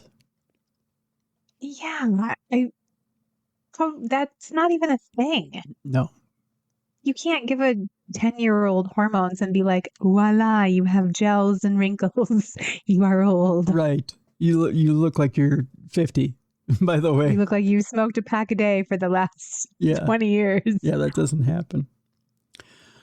Amanda admitted lying about who she was, but denied that she had intended to defraud anyone. According to police, she said, "It is clear that I deceived people. I lied, but I did not intend to scam anyone." Bullshit. Pardon me. A little something in my throat. There we go. Her defense lawyer, Lucio Souza, argued during the opening of the trial that Amanda had not caused financial losses and said the identity was instead a survival strategy. Souza said it was the way she found to survive, but she has been a vulnerable person for more than 20 years. I don't buy that for a minute. Well, I mean, she clearly has mental issues, if that's like your plan in life. Like, I'm just going to be 11. I just think she's into swindling people. She's in for a free ride. She just wants a free ride. And she's into manipulating people. How could you be a grown-up and want people to treat you like a kid, though? That would make me crazy. Because she can't be queen. That's why. She wants to be somebody's princess, somebody's little princess. She wants to be waited on. Yeah. I have too many control issues to do this type of scheme. He added that there's been no allegation that Amanda had obtained financial advantage through robbery or theft, arguing that the elements of fraud had not been established, which, again, is not true. Amanda's... Oh, yeah, they gave her a home. Like, they fed her, clothed her, gave her a roof over her head. And she did it through manipulation. She did it through a false identity and did it under false pretenses, which is the definition of fraud. Yeah. Amanda's lawyer, Sarita DePaiva, told reporters she had told investigators that she was seeking the attention, affection, and protection missing from her childhood. But again, can you believe her? She might be lying about that too. Yeah. You can't believe anything she says. Right. DePaiva also said that Amanda believed revealing that she was an adult would mean she would no longer receive the same care. Well, of course you wouldn't. You're an adult. You can take care of yourself. Right. Yeah. Get out and get a job. Yeah, you're 38 years old. You should know how to do all that. And if not, then ask for help in how you would do that, you know? You're almost 40. Yeah. But police say the Joinville case was only the latest in a pattern dating back more than a decade. Social worker Delma Soares said Amanda had stayed with her in Belo Horizonte in 2017 while using the name Carolina and presenting herself as a vulnerable teenager. So she's done this before. This isn't the first time. So weird. Yeah. Delma said Amanda contacted her after a presentation and asked whether she helped people affected by prostitution and child abuse. So obviously she likes to present herself as a vulnerable person and wants people to wait on her. Delma said she had the posture and behavior of a teenager. She liked to wear children's clothes and with childish designs. The social worker later became suspicious, saying Amanda's physical strength and sudden changes in behavior did not fit the age she claimed. Delma said, when I said she was an adult, people thought I was mistaken. I had no proof, only the conviction I had built through living with her. Amanda had reportedly arrived at the project with injuries caused by needles and pieces of wire and was taken to the hospital where examinations found objects in her body. But obviously the things in her body were put there by herself. Like needles. How in her body? Okay, needles. Mm-hmm. Not like cupcake wine. Well, there could be that too. But yeah, things that it was self-inflicted. Okay. Yeah. So, okay. Weird. Yeah. So, this is someone who's obviously abused drugs and wants someone to take care of her and wants a free ride. Well, folks, let it be a warning to you. Don't adopt a child who looks like a 40-year-old woman. Yes. someone who's into infantilism, right? I mean, and obviously she is. That's a kink of hers. Oh. There is such a thing. So. Yeah, there is. People are weird. Yep. All right. Our next story has to do with a former FedEx employee accused of stealing phones from packages and delivery vehicles. This time, 42-year-old Hassan Ray of Raleigh, North Carolina, is charged with felony possession of stolen goods and felony obtaining property by false pretenses. Former FedEx employee is accused of stealing phones from delivery packages. 42-year-old Hassan Ray of Raleigh is charged with felony possession of stolen goods and felony obtaining property by false pretenses. In July, Chatham County Sheriff deputies received a report from FedEx about multiple phones being taken from delivery vehicles. A FedEx security specialist said they reviewed surveillance video and saw Ray inside the facility for a long period of time after he was no longer employed with the company. Investigators said Ray had been fired from FedEx in December of 2025. They said he used a former employee's FedEx identification badge to get into the facility. Deputies said Ray would go into delivery trucks as they were being loaded, and later phones would appear missing. That's a little shady. Back in February, deputies said Ray used an Eco ATM at a Walmart in Zebulon to sell a phone that had been taken from a FedEx delivery location. Warrants for his arrest have not yet been served. I've always been a little leery of those phone kiosks that are set up like at Walmarts where you can take your phone to sell them. Yeah, I wouldn't trust that either. No. I mean, I don't know of anybody who would use that for a good cause. Like, oh, I'm just going to show up and sell my phone at a Walmart, because most places you trade your phone in for a new phone, right? I mean, yeah, you just take it into Verizon or wherever. Yeah. And most of the time you're just looking to trade up to get a new phone, right? I mean, why would you ever hawk your phone for $100 cash? Unless it's not your phone, Tim. There you go. See? I mean, come on. All right. Our final two stories before we get into not safe for work. There's a theme here, Jess. Before we get into this, I got to tell you, people have a real problem with flock cameras lately. If you don't know, gosh, yes. Yeah, and if you don't know what a flock camera is, first of all, I don't know that you've been paying attention to anything in this world. You probably have the news shut off. I don't blame you if you do.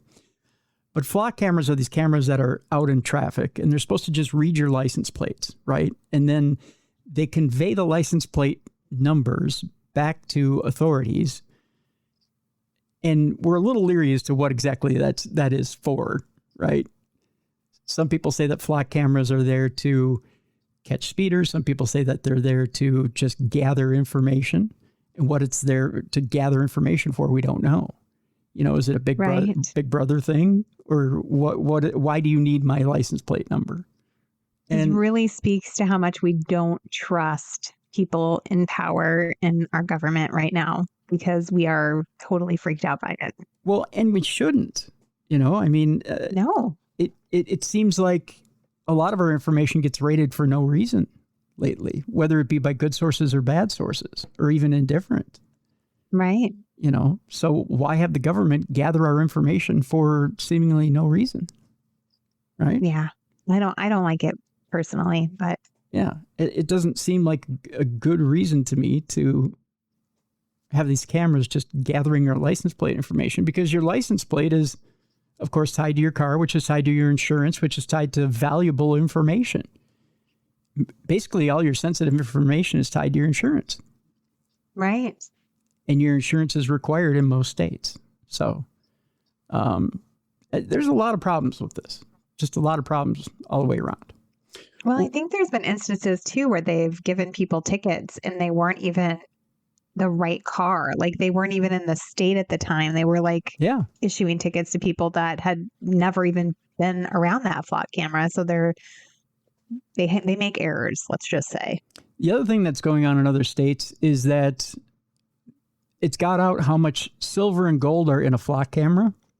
And so people are tearing these things off of poles and rating them for the silver and gold that's inside of them. So, wow. Yeah. So they're getting, in a lot of states that are trying this out, just trying out the system for 90 days or whatever. A lot of these cameras are getting stripped out, and it's costing municipalities thousands of dollars. It's not a good thing. So yeah. But first we're going to Florida, where a man is busted for destroying a fake flock camera. The perp is 24 years old and walked into a bait trap set up by Florida investigators against this very thing that I just told you about. Oh, yeah. They're trying to catch the bad guys. Yep. A Florida man was arrested yesterday for destroying what he thought was a flock safety camera, but was actually a decoy just set up by police in the wake of several recent thefts of the controversial surveillance device. The flock bait camera was installed around 10 p.m. on Wednesday evening in Oviedo, Seminole County City, about 45 miles from Disney World. The replica camera, cops reported, resembled an actual flock product, but did not collect any data. Around 1 a.m. Thursday, 3 hours, so this was last week, 3 hours after the trap was set, a tall male dressed in all black, wearing gloves and a face mask, approached the fake camera and used pruning shears to knock the device off its pole. He then smashed it onto the ground, which it then split into several pieces, which is how a lot of these people are getting these things down off of poles. Police monitoring the site quickly apprehended 24-year-old Evan Meyer, and here's a picture of Mr. Meyer right here. There he is. Oh, Mr. Meyer. Looking like your typical mid-card wrestling star. I feel like we're back in time, like the 70s called. Yeah. He looks like my dad. Very much looks, yeah. Looks like my dad in the 70s. I'm not joking. Yeah. He does look like a typical Grizzly Adams type of fellow. That's a dated reference as well. Police monitoring the site quickly apprehended 24-year-old Evan Meyer as he sought to run from the scene, because the first thing you should do when you see the cops coming and you're guilty of bringing down one of these flock cameras is run like hell. Meyer, according to an arrest report, told cops he is uncomfortable with the flock camera located right outside his street, adding that he has been hearing all the negative things online about the misuses of flock cameras. The 6'3" Meyer said that he was tall enough to cut the mount off with his father's pruning shears from the garage. The placement of flock cameras, Meyer added, made him feel there was a constant eye on him for no reason. Meyer was charged with 3 felonies and booked into the county jail, from which he was released after posting $7,500 bond. Now, they do take flock cameras seriously in Florida. You could attack someone with a machete and get less. Yes. Yeah, you'll get $500 for hitting somebody with a machete in Florida. That's crazy. But stomp on a flock camera and you'll get $7,500 bond. That's Florida for you. By the way, he's scheduled for an arraignment on October 13th. According to a jail intake sheet, Myers resides with his father and earns $200 weekly working as a stagehand for a magic show. Oh, what a fun job. I know, right? He has now, he looks like a stagehand now that you've seen him, doesn't he? He looks like a roadie. Yeah, he does. Yeah, he looks $200 a week. Yeah. He makes a whole $800 a month. Wow. Think about how long it's going to take him to pay off that $7,500 bond if he skips town. My 16-year-old daughter makes more than that at Starbucks. Well, she's not making those drinks disappear now, is she? No. See. But If he was doing magic with him, it'd be different. That's right. But I bet you he supplements his income by, like when the Eagles come to town, he's probably pushing crates around and stuff. He's probably making another $100 there. So Yeah, probably. He's in the big time, Yeah. He's in a magic show, Tim. He's in a magic show. He's impressing all the ladies. He's like, I'm not, in the show, but I could introduce you to the magician. Then I can make something disappear. Want to see my fingers disappear? No. I know we're not safe for work. I know. But I'm just saying he didn't look like he was on the up and up, did he? No, he looks shady. Yeah. Well, he works for a magic show. Which makes me feel bad because I'm like, Dad, is that you? You saying your dad looked shady in the 70s? I mean, in the 70s. Yeah. I think I have a picture of my dad in the 70s somewhere. Oh, I got to find mine. He really, wow. He had the hair. He had the flow. My dad's longer than my hair right now, which is like past my shoulders. My dad's hair was shorter, but it wasn't that long, but it was longer. I mean, it was longer and he had the full beard, but it wasn't like, hanging down because he was. My dad was a straight hippie. Was he? Mm-hmm. Yeah, because he was a manager of computer programmers, so he couldn't be like all hippie, but he was somewhat hippie. I mean, he looked like he could go out on the mountain and stay there for a while. You know what I mean? Mm-hmm. I think that was the look in the 70s, though. That's for sure. It totally was. Yeah. They were in style. Yeah. So that definitely was the look in the 70s. I think they enjoyed that quite a bit. They were, and it's the look in the 2026s if you are a roadie magician dude.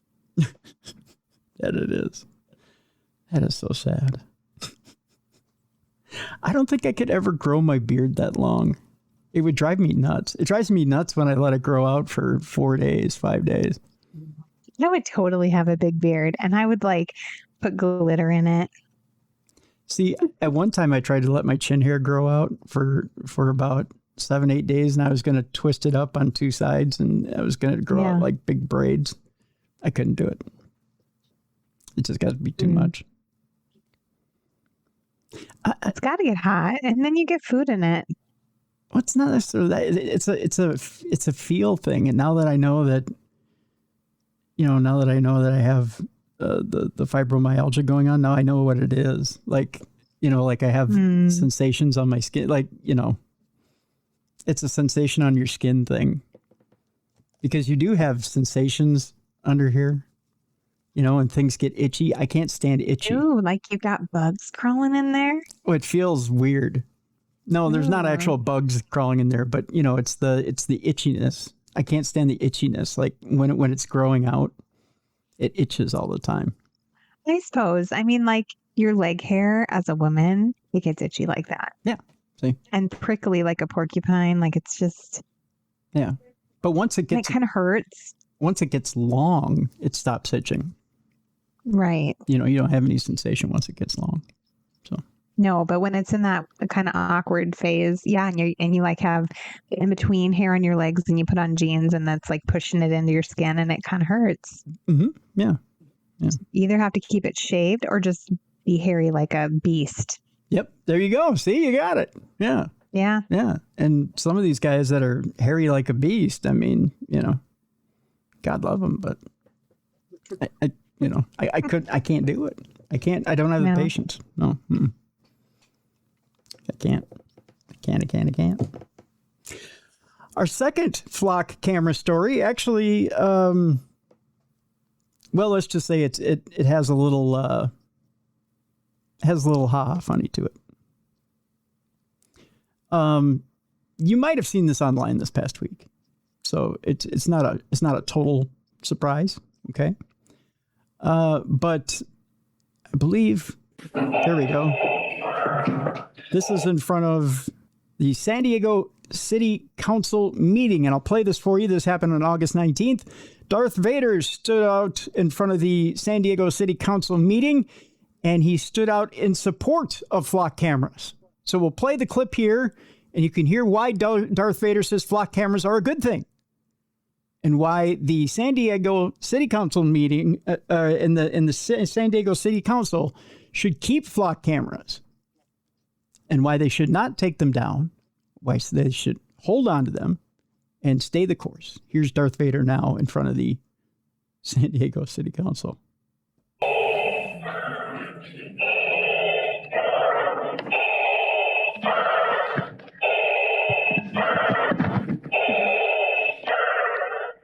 The Emperor is a fan of flock, and we must continue utilizing flock technologies so that we can follow and surveil the rebel scum as they move from playground to playground, from playground to pool, from pool to gymnasium, because we all know that the flock cameras are not only following the license plate readers, they are following children. They are following children in parks and gymnasiums, and we need this. I need this so I can stalk my ex-girlfriend.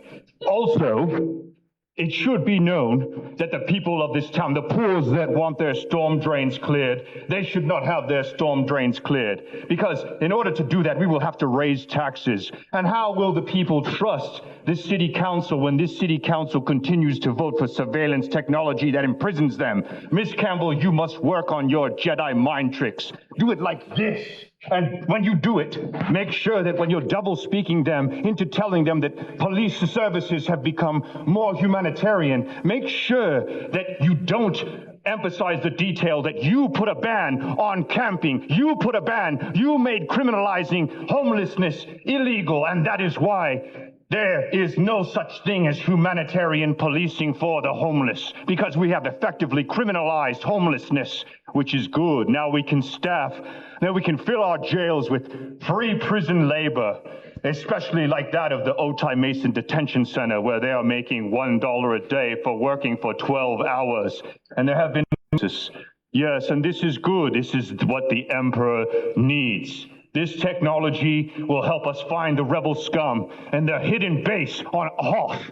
This technology will help us find Luke Skywalker as he traverses the universe in his... This technology is a necessary force. Thank you. Roger Ralphs?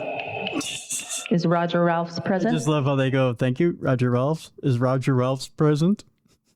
So that was a real guy. That was a guy dressed in a Darth Vader costume. I tell you what, I'll put the link in the description of this program so you can watch the entire video, as it were. There a couple of times it yipped on us because it, I don't know if my iPad got tired of it or what, but he rambles a little bit. But I think he did it for the entertainment of everyone in who was involved. Who had to listen. Who had to listen, yeah. But he was basically filibustering the city council on flock cameras and trying to get a little bit of entertainment on his own, in his own stead about flock cameras. So a little bit of a humorous bit. All right, it's time now for Not Safe for Work. If you have kids in the room, you can stop entertaining them with Darth Vader now and turn them to another TV and put something else on for them. If your boss is in the room, just put more TikTok videos on for him. We'll start in 3, 2, 1. Here we go. Let's meet the Brever Deputy of the Year, shall we? I know this is Dumb Crime, Stupid Criminals, but we're going to go with a dumb cop, stupid criminal to start with. All right. We're going to go a little different direction. Why is he a criminal by chance? Well, he has a little bit of an egregious misconduct that's been exposed. What did he do? Well, his name is Michael Fultz, and he's accused of using his agency gun in a sex act and performing a Nazi salute. We're starting off hot today. Wow, that's a lot of stuff. Yeah, you know, poor Michael Fultz. I believe there's a picture of him in the video that's playing right now. Oh, no, that's him using the gun. Hold on. Okay. What am I looking at, Jim? Let's just read the story, shall we, Jess? Here's a picture of him right there. That's him right there. Oh, okay. Okay. He has a little creepy mustache. Cool. Little creepy mustache. There you go. They were showing the gun in the act when I went to go show you the picture to begin with. That was a little weird. Brever County's 2025 Deputy of the Year, Michael Fultz, has resigned from the sheriff's office as the agency was poised to fire him for egregious misconduct.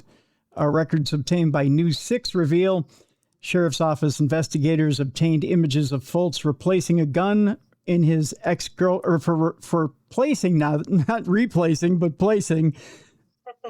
There's different ways to use pronouns, right? For placing a gun in his ex-girlfriend's mouth and pointing it at the back of her head during consensual sex acts. What a weirdo. It takes all kinds, right? No, it doesn't take that kind, Tim. I don't think so. We don't need that. He also was making an inappropriate FaceTime call from his patrol car while wearing his uniform and appearing to perform a Nazi salute in a photograph captured shortly before he was hired as a deputy. That according to records. Wow. He's off the rails. He's a little wild. That Michael Fultz. He can't be contained. You can't stop him. You can only hope to contain him. Right. The 24-year-old Fultz, it's hard to believe he's only 24. He looks like he's been on the force for 40 years. He did look old. Yeah. Was also accused of using racially insensitive language and improperly accessing the agency's flock camera license plate reader system to look up his ex-girlfriend's tag number. So you wonder if this is why we don't need them. This is why we don't need flock cameras, ladies and gentlemen.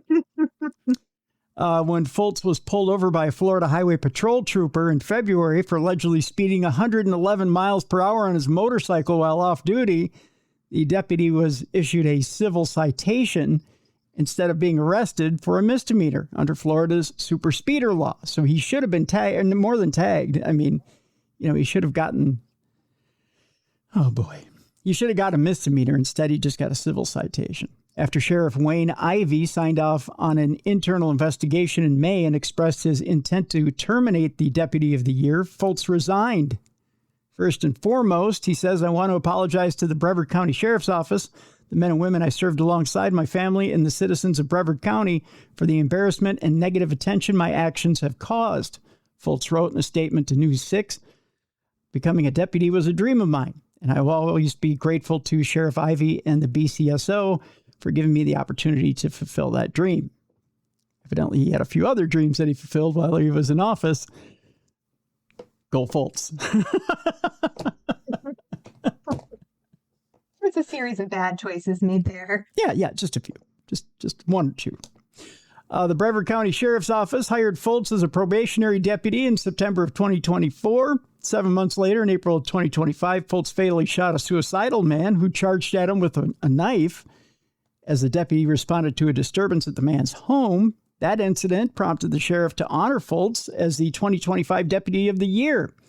Boy, it doesn't take much in that county, does it? and award him the Medal of Valor during the agency's annual award ceremony in March. Wow. On the same day of the award ceremony, records show Fultz's ex-girlfriend sent an email to the sheriff's office detailing numerous allegations against the deputy. How quickly the worm turns.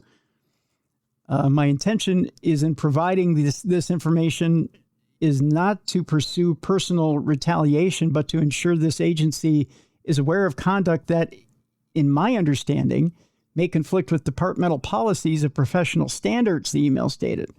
The sheriff's office immediately launched an administrative investigation into Fultz. While the agency was unable to prove some of the allegations made by Fultz's ex-girlfriend, records show Fultz acknowledged his involvement in many of the incidents she described. A photograph reportedly taken in 2023 before Fultz was hired as a deputy showed Fultz's mustache shaved in what appears to be an attempt to mimic Adolf Hitler, and he appears to be performing a Nazi salute. That was before he became a cop. So you're saying there were signs? There was a few signs, yeah. Fultz admitted to posing for the photo, but denied being a racist and stated that the photograph was merely a joke. Really? You altered your body hair for a joke? Not so funny, bud. Yeah. Fultz, who is white, also confirmed the authenticity of text messages provided by the ex-girlfriend, showing him repeatedly using the N-word. Suppose that was a guffaw and a ha-ha, too. Deputy Fultz stated he grew up in a foster home with black parents and siblings, and the words became normal to use. You know what? I grew up in a home with a stepdad and stepsisters, and I never once uttered that in the home. So, don't see where that crosses over. Not a really good excuse. No.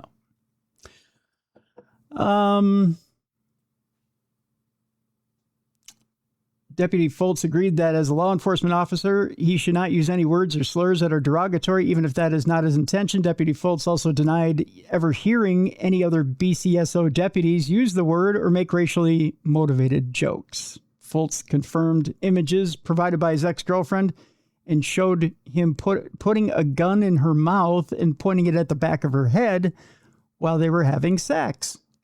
Although the ex-girlfriend told investigators the sexual activity was completely consensual, the report states she later realized it was alarming behavior, especially for a deputy sheriff. How do you not realize that, like, in the moment it's happening?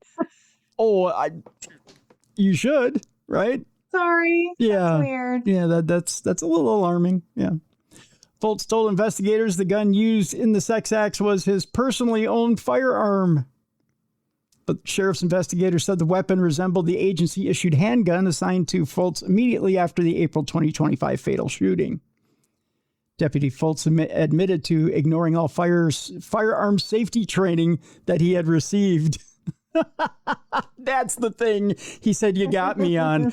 Well, you know what? Maybe I didn't adhere to the safety training rules. Yeah, sorry. Oh, my. I didn't put two hands on the gun. I was busy pumping away. And I pointed it at someone. Yeah, couldn't put two hands on the gun. I was busy pumping away. Sorry. Yeah. I feel like that's rule number one, though. Don't point the gun at someone. Yeah. Well, that is. Don't point the gun at someone you're not going to shoot. Right. Right. Yeah. The ex-girlfriend also gave sheriff's investigators screenshots from a FaceTime video call showing Fultz in uniform seated in his patrol vehicle. Well, that doesn't seem too bad, right? I mean, he's proud of his vehicle. He's proud of his uniform. Hi, honey, look at me in my vehicle. Right? Yeah. That's nice. It's nice. Nice deal. Although she claimed the images showed Fultz performing a sex act on himself at that point. Whoa. Hello. Yeah. Sheriff's investigators said the images were not clear enough to definitely conclude what Fultz was doing. So maybe he's not very well built in that area. Deputy Fultz denied ever masturbating on duty and claimed that he was only pretending to masturbate while in the video call. Why? Oh my.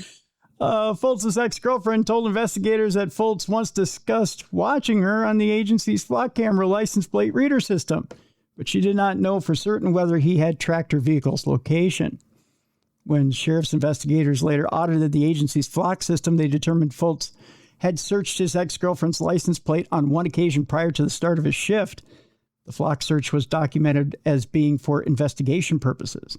Deputy Foltz denied checking her vehicle registration to spy on her or out of revenge, but could not provide any reason as to why he queried her vehicle registration tag while off duty. Again, the flock system being abused. Yeah, used to stalk an ex. Creepy. Yep. So to make a long story a little bit longer, basically all these charges, pretty much he's been nailed to the wall on by investigators. Mm-hmm. Foltz then submitted his resignation on May 27th after the administrative investigation was completed. A sheriff's office spokesperson told News 6 there was nothing in Foltz's job application or background check that the agency would have reviewed further before hiring him, or before firing him, either way. Foltz provided the following statement to News 6, blah, blah, blah, blah, blah. It's pretty long. It's just, I had a great time. Thanks for the time. It was a dream come true. Yada, yada, yada. You guys are great. So Foltz is no longer with them. I'll make this one short because it is very, very creepy. A registered sex offender was arrested for allegedly recording children at a Boston wading pool with sunglasses with a camera installed in them. Oh, no. The Ray-Bans. I have a pair. Yeah. Cops don't use them for that, though. Yeah. You use them for the right purposes. Cops say multiple witnesses reported that 60-year-old Mark Sullivan used the glasses and his phone on Friday afternoon to record at a Boston common pool. At one point, police allege Sullivan used his glasses to record a family who was attempting to change their children who were wrapped in a towel for privacy. That's just sick. Yeah. When the family sought to move away, Sullivan followed them, scanning the children up and down with the camera sunglasses. Investigators charged. Sullivan, by the way, is locked up in lieu of $250,000 bail. If he secures his release, Sullivan will be outfitted with a GPS tracking system, confined to his residence, and barred from using the internet. You could lop something off, too, in the meantime. I'd be okay with that. I don't think anybody would object. No. A little chemical castration. That'd be fun. Yeah, that could do the trick. Yeah. Never know. I'm just suggesting things. I'm throwing things out there, Jess. Just throw stuff at the wall, see what sticks. Yeah. That's just cruel and unusual, but if you want to throw it at the wall and see if it sticks, go ahead. I won't stop you. That comment does remind me of when I was younger and we would go out and castrate the pigs. And my dad I would help with this. So it was not my favorite job on the farm, but we would cut them, pull out the testicles. My dad would just throw them. Oh, geez. But there was just like a little pile of pig testicles on the floor. Did the pig ever say anything about that? They just squealed, and then they were over it. It was like, yeah, it was bad. Ouch. I know. I think that's just how it's done. Either that or my dad's crazy, but that's how we did it. He just walked through, pick them up, hold them, dad slice them, pull them out, throw them on the floor. Next. Did he then stroke his beard and go, line up the next one? Oh, he did. He'd have some testicle juice on his fingers. Oh, yeah. Oh. Thanks for that one. I didn't think about that. Yeah, you're welcome. Well, you got to have something to oil up the beard, though, especially when it's that long, so. Yeah, that would do it. Maybe a little pig testy juice would do it. I don't know. That's an unusual fragrance, but hey, why not? Bruiser has his root beer oil, for the beer. He does? Yeah. He's got a special fragrance, root beer oil. Oh, I'd like that. Yeah. That sounds good. Yeah, pig testy juice, not so much. But no, that's stinky. Yeah, but root beer oil, that's pretty good. Yeah. Moving on. Those of you who are into the NFL, you got the preseason going on right now. Evidently, the preseason's not the only thing going on right now. Uh-oh. What have they done? San Francisco 49ers owner Jed York was busted for a little flag on the play. He was arrested in Ohio this past weekend for a little play with a girl. Little prostitution action. Uh-oh. Although it pays to be rich and it pays to have good lawyers. Because he did not get the prostitution charge. It was busted down to... It's the weirdest charge I've ever seen in my life. Let me pull up what the actual charge is here. Because this charge is something else. It says here, Ohio is suddenly a hotbed of NFL dysfunction. Ohio is just a hotbed of dysfunction in general. I think it's between Ohio and Wisconsin, it's becoming the Florida of the North. 49ers owner Jed York was arrested Sunday in East Palestine, New York. East Palestine, Ohio. York pleaded no contest on Monday morning to 2 misdemeanor charges of disorderly conduct and possessing criminal tools. Is that what you call it now? I mean... It's a criminal tool you've gotten there, sir. Yeah. Put that criminal tool back in your pants. Not a criminal tool. You're just happy to see me. That's right. York, per the report, was already sentenced to 2 days in jail with credit for 1 day served and $1,150 in fines. So he doesn't even get the prostitution charge anymore. See, it pays to have a good lawyer. Slap on the wrist. That's right. According to KRON, the Kron, the prosecution had amended a charge of engaging in prostitution to disorderly conduct. So he won't be a John. He won't have to report. He's not a sex offender. He's just disorderly. Yeah. There you go. York presumably will be subject to NFL discipline under the personal conduct policy, given the perception that owners are treated differently than players. It will be interesting to see whether and to what extent York receives the same or similar punishment that a player would experience for the same offense. Something tells me he won't. He'll just... I feel like this is it. He'll get a attaboy. little pat on the back right there. Yeah. All right. Next story is an interesting one. We're going to the friendly skies, where a Southwest pilot reported a naked captain in the cockpit, and now the union wants her punished. She's in trouble because he was naked? Yep. What? Yeah. The airline has denied claims that it retained a known predator, retaliated against this poor woman, Miss Janning, defamed her, or conspired with the SWAPA. We go to Dallas, where Southwest Airlines became embroiled in a major cockpit misconduct case. Cockpit misconduct. I know. After Captain Michael Hawk stripped naked and watched porn during Flight 6607. Who says there's not any type of automatic flight thing? Strip naked. Why do you have to be fully naked to watch your porn? You don't have to be totally nude. I guess that's the captain's version of the Mile High Club. That's so weird. Doesn't Uh, he have a co-captain? Weren't there two of them in there? I guess the co-pilot went to go do other things.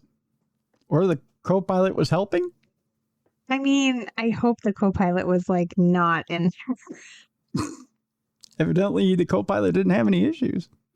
But Flight 6607 was going from Philadelphia International Airport to Orlando International on August 10th of 2020.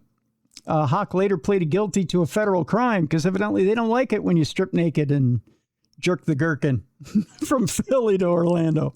It's not a good thing. First Officer Christine Janning says the incident involved more serious conduct and that Southwest and the Southwest Airlines Pilots Association retaliated against her after she reported it. SWAPA now seeks sanctions against Janning and her lawyers, including payment of the union's legal fees. Wow. So much for doing your duty. Dang. On August 10th of 2020, Janning was first officer on Southwest Flight 6607 from Philly to Orlando. Hawk, a 27-year Southwest captain approaching retirement, had used his seniority to pick up the trip. According to Janning, the two had never met before the flight. At cruising altitude, Hawk allegedly said there was something he wanted to do before retiring. This was his bucket list item? He wanted to get naked and masturbate in the airplane? Yes! What is wrong with this guy? He locked the cockpit door, left his seat, removed his clothing, and began watching porn on a laptop while Janning continued flying the Boeing 737. No freaking way. So that was the co-pilot, and they were in there. Yep. Oh, I'm so disturbed. The criminal case established that Hawk disrobed, watched porn, and engaged in additional inappropriate conduct. He pleaded guilty to committing a lewd, indecent, or obscene act and received 1 year of probation and a $5,000 fine. This guy is just walking through life, and nobody knows that he is a total freak. Uh-huh. This is a guy you like pass in the grocery store. Yeah. Just normal, average, everyday guy, except for he loses his goddamn mind right before retirement. This is almost like a movie too good to be true.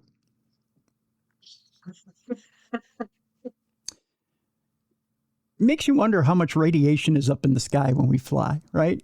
What's wrong with this guy? Yeah, like maybe his brain's been flooded by radiation and maybe he's gone nuts. He's just a perv, just a general old-fashioned pervert. Could be. Janning's September 2022 complaint alleges that the sexual conduct lasted more than 30 minutes. Dang. He was just edging himself the entire time. Get it over with already. She says Hawk photographed and recorded himself, encouraged her to participate, and became angry when she refused. Oh my God. I'd be like, I'll participate. You won't have nothing to be jacking off with when I get done with you.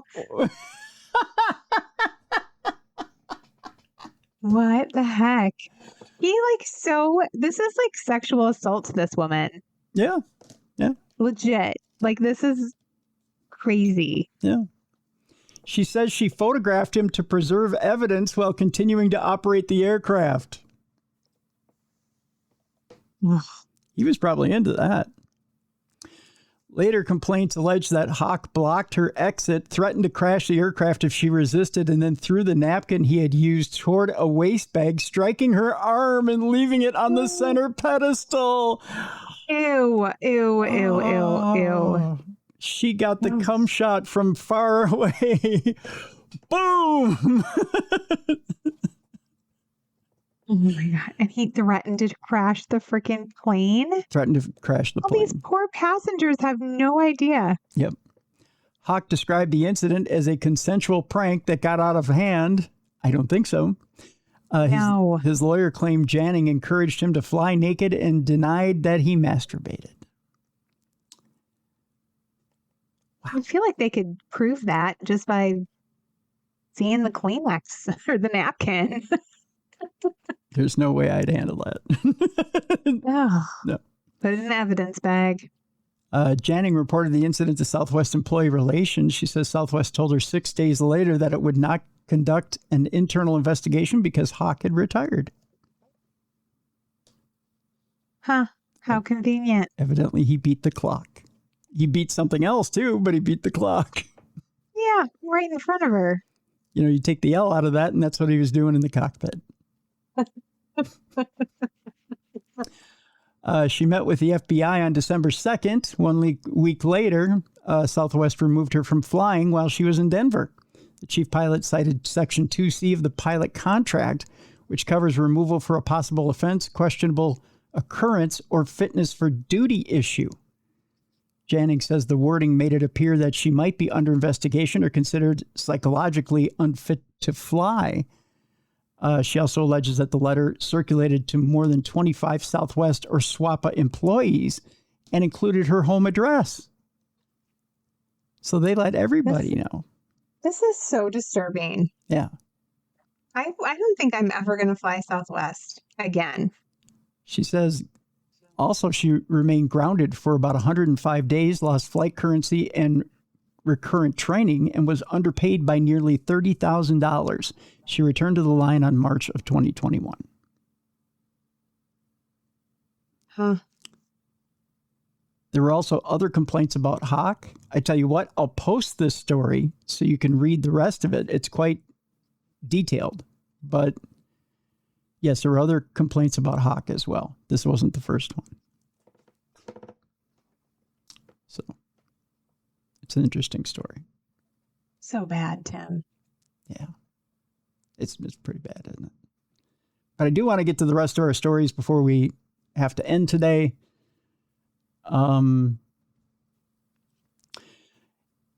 Here's our next one. An Indian teen is killed for his testicles by a gang over fake social media, or over a fake social media claim that they were worth 100,000 pounds. And now I'm not talking about weight. His testicles were worth money? That's what the fake claim was, yeah, over social media. And then people were like, yeah, let's go get him. Yeah, let's go get him and get his testicles. Wow. Okay. We go to Bhopal, India, where a 17-year-old street vendor was lured to a secluded spot, stabbed to death, and humiliated by a gang who believed a social media video claiming human testicles could be sold for a huge sum on the black market, police in central India have said. The victim, identified as Rehan, sold pens and keychains at a market near, I believe this is Iqbal Maidan in Bhopal. According to investigators, two minors approached him at a stall on August 6th and offered him, is this 100 rupees or 77 shillings, I believe it is, or 70, it'd be about 70 cents in America, to help with what they described as a fight near Kadalapura on Lower Lake. He was then allegedly taken to a secluded area and stabbed repeatedly with a blade. Police have arrested the alleged ringleader, Zoheb Khan, a 20-year-old business student, along with 18-year-old Amir Qureshi. Three minors have also been detained. Investigators allege Khan recruited the group after seeing a video online falsely claiming that the testicles could fetch around 12 million Indian rupees, or 92,465 pounds, on the black market in the Gulf. To convince his associates he knew how to remove the organs, Khan allegedly posed as a doctor, buying a white apron, stethoscope, and thermometer online and using them while training the group. That's all it takes. That's all it takes. Ayush Gupta, Deputy Commissioner of Police in Bhopal, said 4 of the accused carried out the killing while Khan guided them over a video call. That's so crazy. Yeah. So there you go. Our next story and our last one, and then we get to our palate cleanser, which I don't know how much of a palate cleanser it'll be, but it's a palate cleanser today, Jess. Oh, no. Because it's not that when you call it a palate cleanser, and it's totally not. Oh, it is. It is. Okay. But it's a funny one because it's my birthday, and by gosh, we're going to joke if I want to. You get to do whatever you want, Timmy. Mm-hmm. A Florida woman is accused of hiding thousands of dollars in stolen cash inside her body after allegedly scamming a senior. Monique Love Turnbull's arrest caught on body cam. She faces charges to defraud and bringing contraband into a prison. Oh. A Florida woman is accused of posing as a bank representative to scam a senior citizen, allegedly carried the scheme all the way to jail, where authorities said they found $3,200 in cash hidden inside her body. In her prison purse. Aha!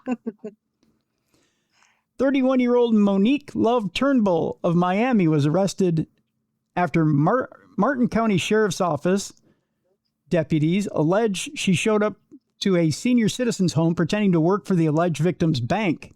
The MCSO said Turnbull told the victim the account had been compromised and tried to obtain the person's debit or credit card under the guise of disposing of it. The alleged victim became suspicious and contacted law enforcement, with deputies investigated. They received another call identifying Turnbull as a possible suspect in a similar case. Deputies located Turnbull driving near Interstate 95 before she could leave Martin County and arrested her on fraud charges during a traffic stop caught on MCSO body cam video. Turnbull faces charges to scheme to defraud, felony use of a two-way communication device, and fraudulent use of a credit or debit card without consent involving a victim 60 or older. By the way, this is a picture of Monique right here. All right, Monique. All right. I want you to keep that image in your head when I tell you the next thing. The case took another turn after Turnbull was brought to jail. Authorities said Turnbull entered the prison with $3,200 in cash lodged in her vagina. Ooh, in her vagina. All right. Here's the other thing that's going to make you not want to eat dinner right away. It's not clear who the money was taken from, but for now, it's accounted for and sealed in evidence. Keep in mind, at some point, the cash will be put back in public circulation. No. That is what the MCSO said in a social media post. Oh my God, Tim. The cash will be put back into public circulation. I want you to keep this in mind, folks, when you go out spending this weekend. I'm never touching money again. That this woman right here shoved $3,200 up her coochie change purse, and you'll soon get to finger it as much as you like. And somebody is going to get that money and buy themselves a cheeseburger at McDonald's, not wash their hands. That's right. And eat it. And eat it. Ugh. That's right. All right. With that, we get to our palate cleanser. I may only have time for one of these stories here. I think we'll just have to get to the one that's appropriate here. So here we go. Give me the best one. I'll give you the best one. A Detroit news anchor loses it after being asked about eating beaver. Fox 2 Good Morning Detroit news anchor is going viral after losing it on live TV when he was asked about eating beaver. The anchors were discussing it, the History Channel show Alone, where contestants are responsible for hunting and finding their own food. Dina, I believe it is Centafanti, made mention of beavers having high fat, and then asked fellow anchor Ryan Ermani the following question. Ryan, do you think you could eat beaver?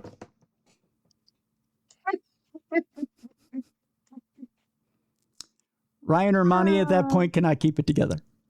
I don't blame him. He totally cracks up, so much that he had to cover his face with his own hands.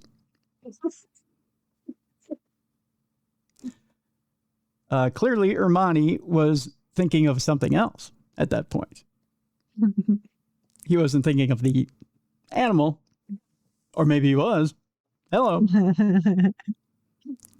I tell you what, I will post this one as well, so you can see the reaction of Ryan Ermani, because it's a little too much. And once you think of it as a different kind of beef, or you can't stop laughing.